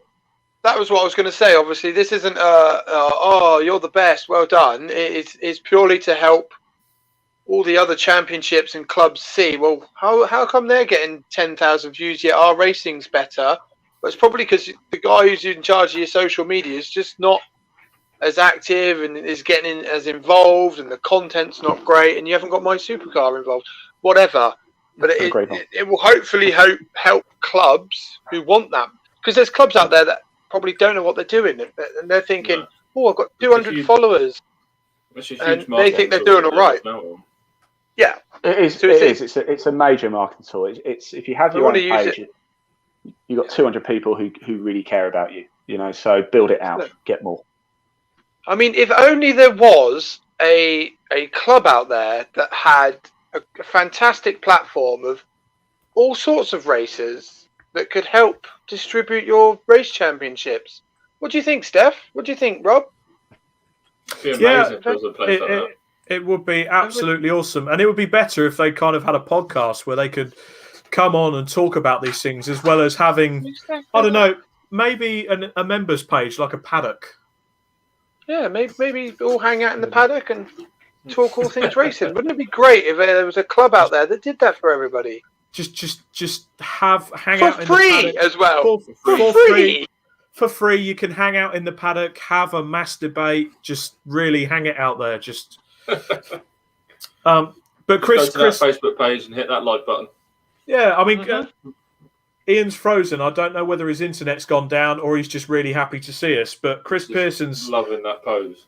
Yeah, he's come back and said fundamentally that is a list that can spark some better social media presence. So it's always a good thing. Oh, Ian's back. So kind of. It's the robotic man. Charles Boniface has actually come back and put, this is so useful. I can see people like myself choosing a series to race in because of something like this, as people like me need sponsors to keep racing, especially if we want to do a whole series. Yeah, exactly. Exactly. Yeah. Well, that's what people need, isn't it? The ones that are the people that race with sponsors, you know, that's what they need. They need as much engagement as possible. So, you know, that's what they're going to do, aren't they? In this modern era. Yeah, and social media, and then he's going to just disappear, isn't he? Well, that's it. He's disappeared into the ether. That's Sky Broadband for you, ladies and gentlemen. Yeah, if ever there was an advertisement for Sky Broadband, right there. He's back. Okay, so Ian, you've had some really good responses to the table. You know, I was just saying, Chris Pearson's basically said it's something that can fundamentally put the spark in there. Neil Ashcroft has asked, can you confirm where you can get a copy of the spreadsheet, please? Yeah, we'll publish it on our website. And also, if you want a separate copy, go over to My Supercar on Facebook. Just drop us a message and with your email address, and we'll get it sent out to you. So if anybody wants a copy, please just head over to My Supercar, drop us a message with your email. We'll send it over to you via email. Yeah. Matt Cleary has asked as well, is Club Racing UK building a calendar page that you could press on a date and it will tell you what's on and where? We are working on something like that, yes. I mean, we tried on Facebook, put it in the calendar, and then the world shut itself and decided to change all the dates. So there's a lot of effort down the drain. We did. So we're working on something a bit more modern and user-friendly, aren't we? Well, I say we are. For you, but yeah, it'll be a Club Racing UK app. You'll just be able to go, what's on at this weekend, and fingers crossed, it'll give you a nice list of who's where and how'd you get there, etc. Yeah, Sam Pierce comments as well, like the Racers Lounge, Nick. I mean, what, there's 15 to 17 of us on there, just random club racers just chatting shit about club racing and stuff like that. Anyway, David Garside, would be good to see a spreadsheet for individual racers or team pages. Ooh. Yeah, that would be a lot of work. Any sponsors out there want to pay us to do it? Well, when you're in your 10-day isolation, it give you something to do. Yeah. Well, I'm in it right now. Who knows? Oh. Yeah. Please be negative. Be negative. We could do a Club Racing UK social media table. For the record, I'm not putting anything into a spreadsheet. I don't do spreadsheets. David Garstad actually says, and that's a good point here. There's a total for all competitors in that series, because the point could be that a series could have 200 followers, but if it's got loads of competitors in it that have got 2,000 likes on their page, it actually spreads that it spreads the umbrella. Yeah, no, well, it only spreads it if people share it, and or you broadcast to it. So that's something we work very heavily on, as you guys know. So it's important that to engage with the content that your series is pushing out to help grow it as well. Yeah. Charles Boniface, I'll slip you a tenner to put me at the top of the drivers list, Ian. Ian's not, I can tell you now, Charles, Ian's not cheap. I'll speak as his representative. He likes unmarked, non-sequential bills. In a black suitcase. He wants to see at least 10,000 of them. If you could just slip the briefcase just outside his house, he'll pick it up as he's social distancing at the moment. There's a nice bin I use up at Waterloo Station that if anybody wants to leave me any money, I'll pick it up there. Didn't you have a bike nicked from there once? That was Fleet Station. Don't bring that up very much. still teary about that. We're still teary about that one. Okay, last question. Last question on the subject then. Subject matter at hand. We've talked about how great social media is. We've produced this table. It's fantastic. What are the drawbacks currently and in the future? Well, look, at the minute, the drawback in sport is dare we say the word racism, but the problem you have is any old idiot can comment as well, and that is a bit of a drawback. I'm pleased to say we don't really see that at club racing. I don't think I've ever really come across a comment that I've thought that's below the belt ever. Whoa, hold on a minute. This whole episode tonight has been a Nick bashing session. Hang on. You bloody started it when you started going on about my really crap split. Bloody keyboard warriors being mean to me. That's not fair. Well, that's it though, Nick. And that is kind of the only sort of downside is we've noticed this as well, is when you broadcast to just family and friends, everybody's all nice to you and aren't they good? Good on them for doing it. Then when you start to broadcast to sort of 10, 20, 30, and then in golf we're doing over 200,000, some people just don't like you. You can, for whatever reason, they just won't like you. And you've done nothing to them. You could meet them in the pub and you could have a drink with them and they think you're the nicest person in the world. But for some reason, they just don't like you. And they're free to say whatever the hell they want about you. Like I say, we're fortunate enough that I haven't really ever come across anything like that. But we know it's out there. And that's the problem. That is social media's big problem. But I think they're starting to get quite hot on it. They're starting to police it a lot more and just get rid of the idiots, and Facebook especially have got a lot better. I mean, years ago, it's so easy to get likes. You go to a page and they've got 10,000 likes, but it turns out they're just paid for likes, which means you've got a load of people sat in a country a long way away from here. And there's hundreds of them just sat there who've created 30 Facebook pages each, and they're just liking stuff, but they've got no value to you whatsoever. And this is again another point. It's not just about numbers; it's about the value of your numbers. And this is where actually the biggest yardstick for content when you're pushing it out isn't actually how many people have viewed it; it's how many people react and engage with it. If a lot of people react and engage with it, your content's got value, and you're targeting the right audience. If you broadcast out, or if you put a post out, and let's say you put a little video out, just dancing around or doing whatever, and it gets 1 million views, but nobody comments, that content has pretty much no value whatsoever. All it is, people just laughing at you. You need, certainly in club racing, because it's a business at the end of the day, isn't it? Really, for everybody, even for drivers, because you have to work out what your budget's going to be for the season. You need to work out what you can afford, where you can afford to go. You've got to look at stuff like, Cadwell Park's a real long way away. Can I afford to go do that? Because I have to stay 2 nights instead of 1 night, if it's at Brands Hatch, let's say. So, everything is essentially working out costs, looking at budgets, etc., etc. And it's the same in social media. Your content has to have a value. And if people engage and react and comment and like and share, but you've only got 300 followers, well, that's actually really valuable. Those 300 are really important people to you. In fact, that's better to have 300 people who react than 1,000 people who don't do anything. Yeah, I mean, there's 2 points here. One I had in my head. One, Charles Boniface has just put up now. Monetizing could be an issue in the future because people, if something draws a crowd, people want to make money out of it. So there, I know there always has been whispers before that Facebook have wanted to monetize certain things. And another thing for me, right, though, because as soon as that happens, then people will move. Yeah. If arguments like Facebook started monetizing lives or streaming or lives or something like that, which I can't imagine ever happen, then someone else would just generate an app and everyone would just go over to there and do it there because it's free. Yeah.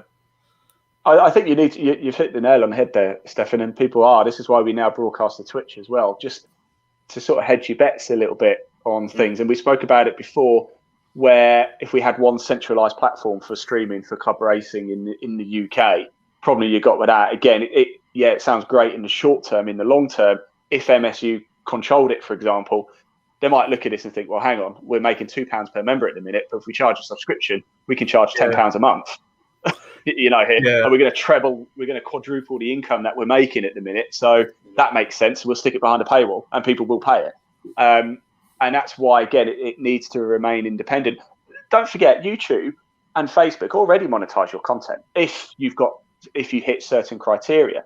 But that money actually goes to you. You get a portion of that money. So I think on YouTube, you need to have a minimum of 1,000 subscribers, then you can start to monetize it. Now, realistically, you're not going to make any money until you get to about 10,000 subscribers. And I think it's roughly the same on Facebook. But there is nothing more frustrating in an advert, though, when you're watching content. But I think, that's a problem that perhaps might not exist too much, because you've got to remember with Facebook, they want to keep you on Facebook. And if you're live streaming on Facebook, people will stay and watch it on Facebook and they won't go anywhere else. And everybody thinks Facebook is the demon, or they're just out to get money from you. They're not. They're just trying to keep you on Facebook. That's what they're trying to do. And what they'll do is they'll favor better content. If the content is good, and people are reacting and engaging with it, the algorithm is it will get shown to more people because you're more likely to stay on Facebook. And so if you work with Facebook rather than thinking they're the devil, you're going to get better results. So that's quite a good one there. Has anyone watched The Social Experiment on Netflix? No, I haven't. I haven't actually. Watch it. It teaches you. It shows you how the social media side of things works and how you're getting monetized. You're not getting money from it, but how it's all working. And I tell you something, it's quite the eye opener of how certain things pop up on your. I don't know if you've ever noticed, if you click on your search button on like Instagram, things that you look at for longer periods of time than other things will be the first things you find in your search bar. It's very interesting if you watch it. So again, it works that way with the kind of content you put out. From the creator side of it, us trying to create that content, that's why we have to be very clever about what you put out there. A picture of a car on a racetrack, just side shot. Yeah, you're going to get the usual people that are going to go, yep, that's cool, like it. But if you can get those odd ones that are a bit, someone's got it a bit squirrely or something else is going on that stops some people for a minute to actually stare at it and go, what is going on there?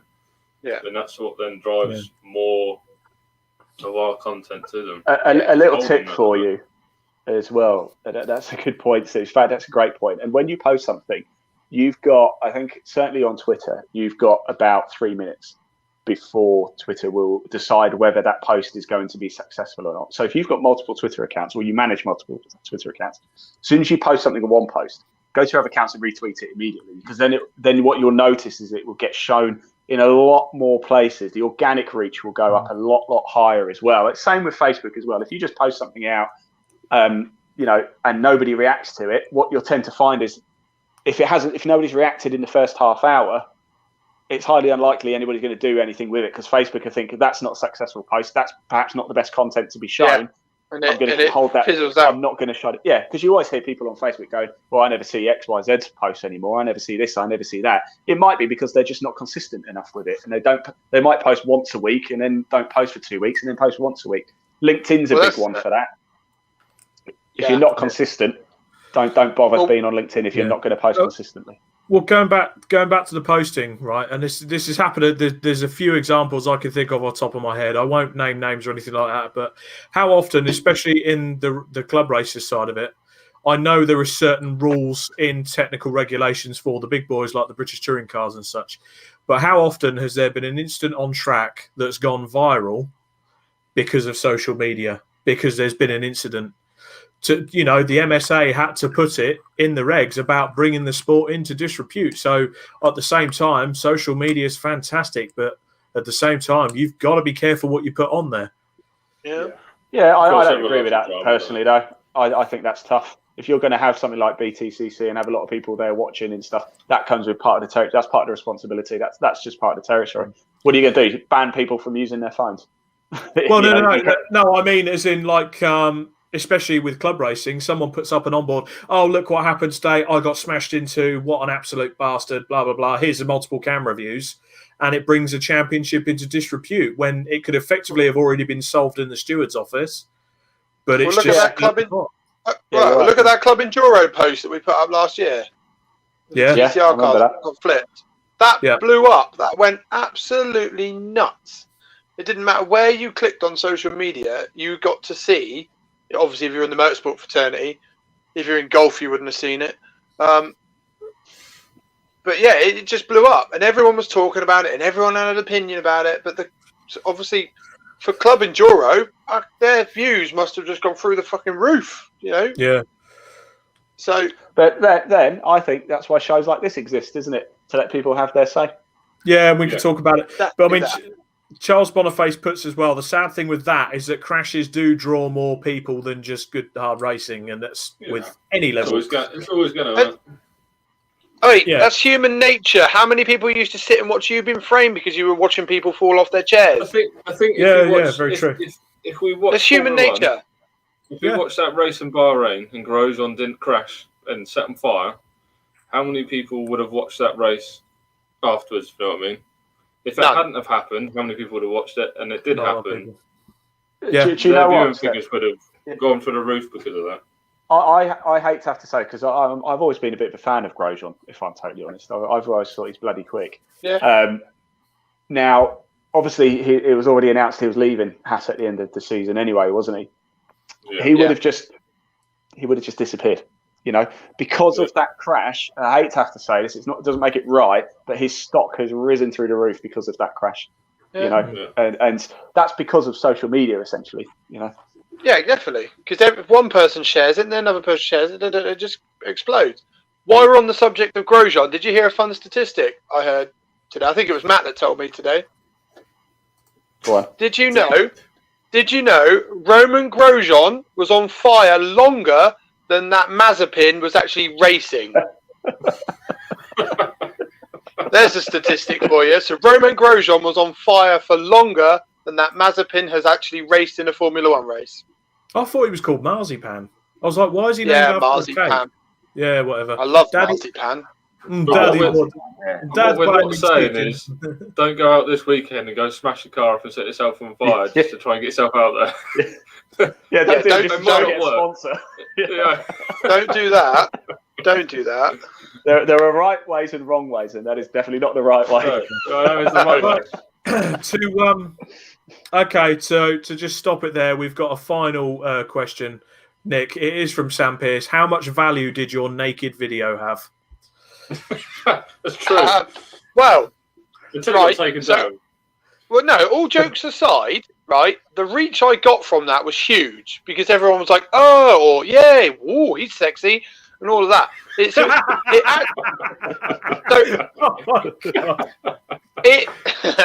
But it did what it was meant to do, but as a byproduct, I got banned. But it got people talking. Because he posted it on Grindr. Chris Pearson. Grindr contacted me. Yeah, Chris Pearson. Okay, this is a good final line. Okay, Chris Pearson. Nothing sells like sex or bad news. Simple as. From that chat, look at COVID. Look at COVID. Fucking hell. Yeah. I've just realised we've That's a been nearly prime going at example this of value. podcast for 2 hours, so we're going to have to move it on to a bit of partner focus, okay? So if there's anything we've missed out there, don't forget to go onto the My Supercar webpage to check out the table. If there's anything we have missed, comment below, and we'll see if we can get it into a later episode. Now, our first of our partner focus, we're going to come to the live draw in a minute, or have you already drawn the winner? Unfortunately, we're not professional enough and left it last minute, so we have already drawn, but there's no live footage of it, I'm afraid. We've got a winner, but we've got no live footage of it yet. Well, not yet. We're gonna just announce the winner later on, or in a minute. Yeah, we'll do it after the partner focus. So the first partner, I'll have to be a bit selfish here. It's the wonderful guys and girls at MJA Race Engines that built my 2-litre Z-Tech. I've got a quick video here of a 4-litre V8 they've just built and tuned to championship regulations, racing in the BC V8 Championships that you can check out live on My Supercar this season. Play the video.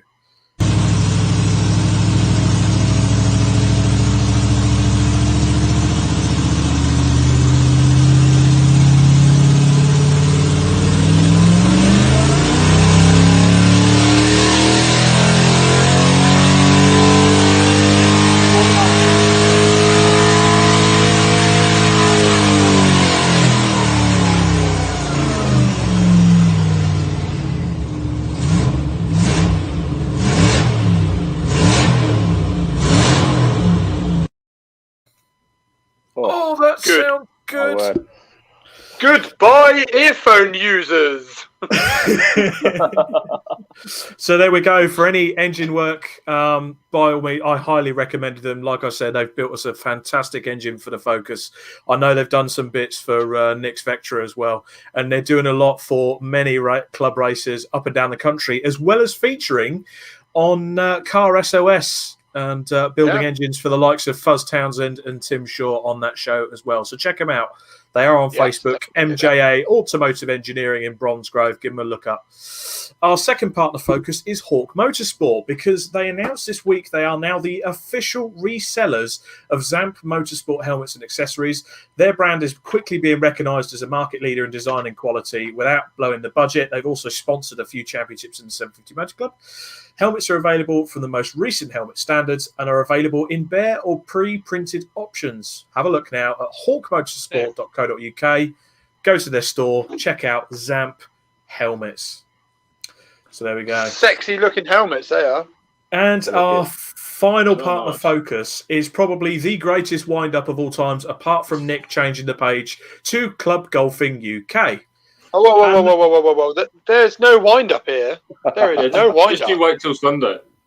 We have a special announcement, actually. I'm pleased to say Nick Holmes is going to be coming to Huddersfield Golf Club with us for the first 2020 Pro Tour event on April the 19th, live. We're very excited to have you along, Nick. I think Ian should co-host with you. I think Nick should co-host with you, Ian. I mean... Yeah, I agree. Because I'd be the best host. Well, we can't wait for that, Nick. It's going to be great. I'm really looking forward to it. The boys and girls in particular, Chris and Vicky Pratt of All Square Rap and Ride Racing Division, posted this on April Fool's Day with their massive blue lorry. Let's put the picture up. That's not photoshopped, is it? No. He had it at Donington the other day. But, well, speaking of Donington, the reason he's going to be able to pay for one of those, just look at the grid he was sat on at the Masters event at the weekend. Next picture, please, Elaine. Look at the result he got as well. Wow, look at that. Sexy cars there. Look at that grid. So there we go. That is the All Square Rap Ride and Ferrari. Didn't he get his guy got 2 wins that weekend as well? Yep. First time the guy had driven that car.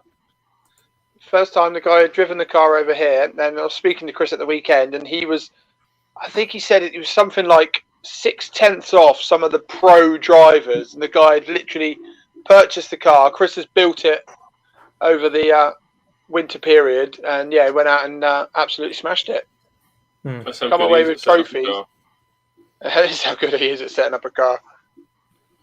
Well, he was with, where was it, Donny, yesterday? He was with Red Seal Racing with Patrick Seal, and that he found heaps of time for them there, so he does do an absolute mega job. 4.2 seconds. Something like that. I think something like 4.2 seconds over the day. Yeah. He managed to gain those guys, and they had Sarah Moore with them as well, which is pretty cool. Really cool, actually. Yeah, I think she had a fair amount to do that as well. But his setup in with the data analysis and everything was mega for them. So he's booking up fast, people. So give him a shout. Yeah, do get in touch. Well, without further ado, then that only leaves us to not have a live draw, but who has won the competition that's been running for quite a long time on the Club Racing UK pages? Oh, do we have the picture? Do we have the? I don't know if we put the picture in there for the winning of the £300 of the race entry fee. There you go. Oh, look at that! Great job. Yeah. Oh, look at that! You guys are so professional. So obviously, over the last few months, we've been getting people to come in, sign up as a member, be entered into the competition, and you get to win £300 off a race entry fee. We did a random name generator earlier on. As Steph has already mentioned, we're incredibly professional whilst at work. I didn't video it or anything, unfortunately, but our winner was, do a drum roll, Cameron Tunio of Snodheads Garage and Racing. Congratulations. Is our race winner. So, well done, Cameron. Look at that. Well done, mate. We'll be in touch and we'll work out which, obviously, race meeting you want to use your £300 for. So well done, mate. And thank you to everyone else who signed up as a member to enter into our competition. We will announce a new competition soon. Yes, we will. I'm sure they You will. can win a 4-pack of Titleist Pro V1s golf balls. That's the next prize. We give away some of those novelty golf club sock things. Head covers here. That's it. Yeah, but with our heads as the covers. I think that'd be good. Club Racing head covers. I could do with some head covers for my club section. You could just do with a head cover, full stop. Oh. Meow. I need to. I've got plenty of hair. So have I. Oh dear. Okay, Boys, well, we've been on the show for 2 hours. Strong. yeah, it's been a long show tonight. So just to the last of the comments, Vicky Pratt says the car is a beauty. You're not kidding me. Cam Tunio as well. He knows he's got the result in. So Vicky Pratt has said that Chris Pratt has moved to Donington for a couple of weeks. Jonathan Bennett. So money goes to Money Tunio. Well played, fella. That's Neil Ashcroft. So yes, Sam Pearce does say you could do with a head cover. Says the bald man. And Cameron has actually said, "I'll let the club decide what race to enter."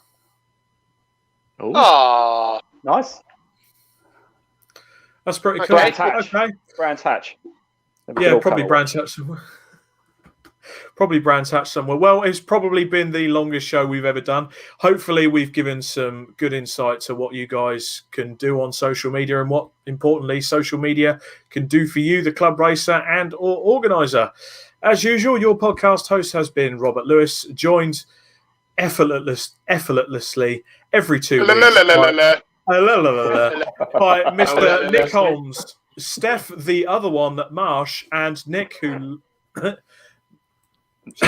my God. Fucking hell, I'm having a stroke or something, I'll tell you. And You get over 2 hours and Rob shuts off. You get over 2 hours. Over 2 hours, Rob's broken, put 10p in the back again. I've been Robert Lewis. I've been joined by Nick Holmes and Stefan Marsh of Club Racing UK, Ian Waterhouse of My Supercar. Good evening, good night. Join us again in 2 weeks. Much love, people. Bye, everyone. Bye.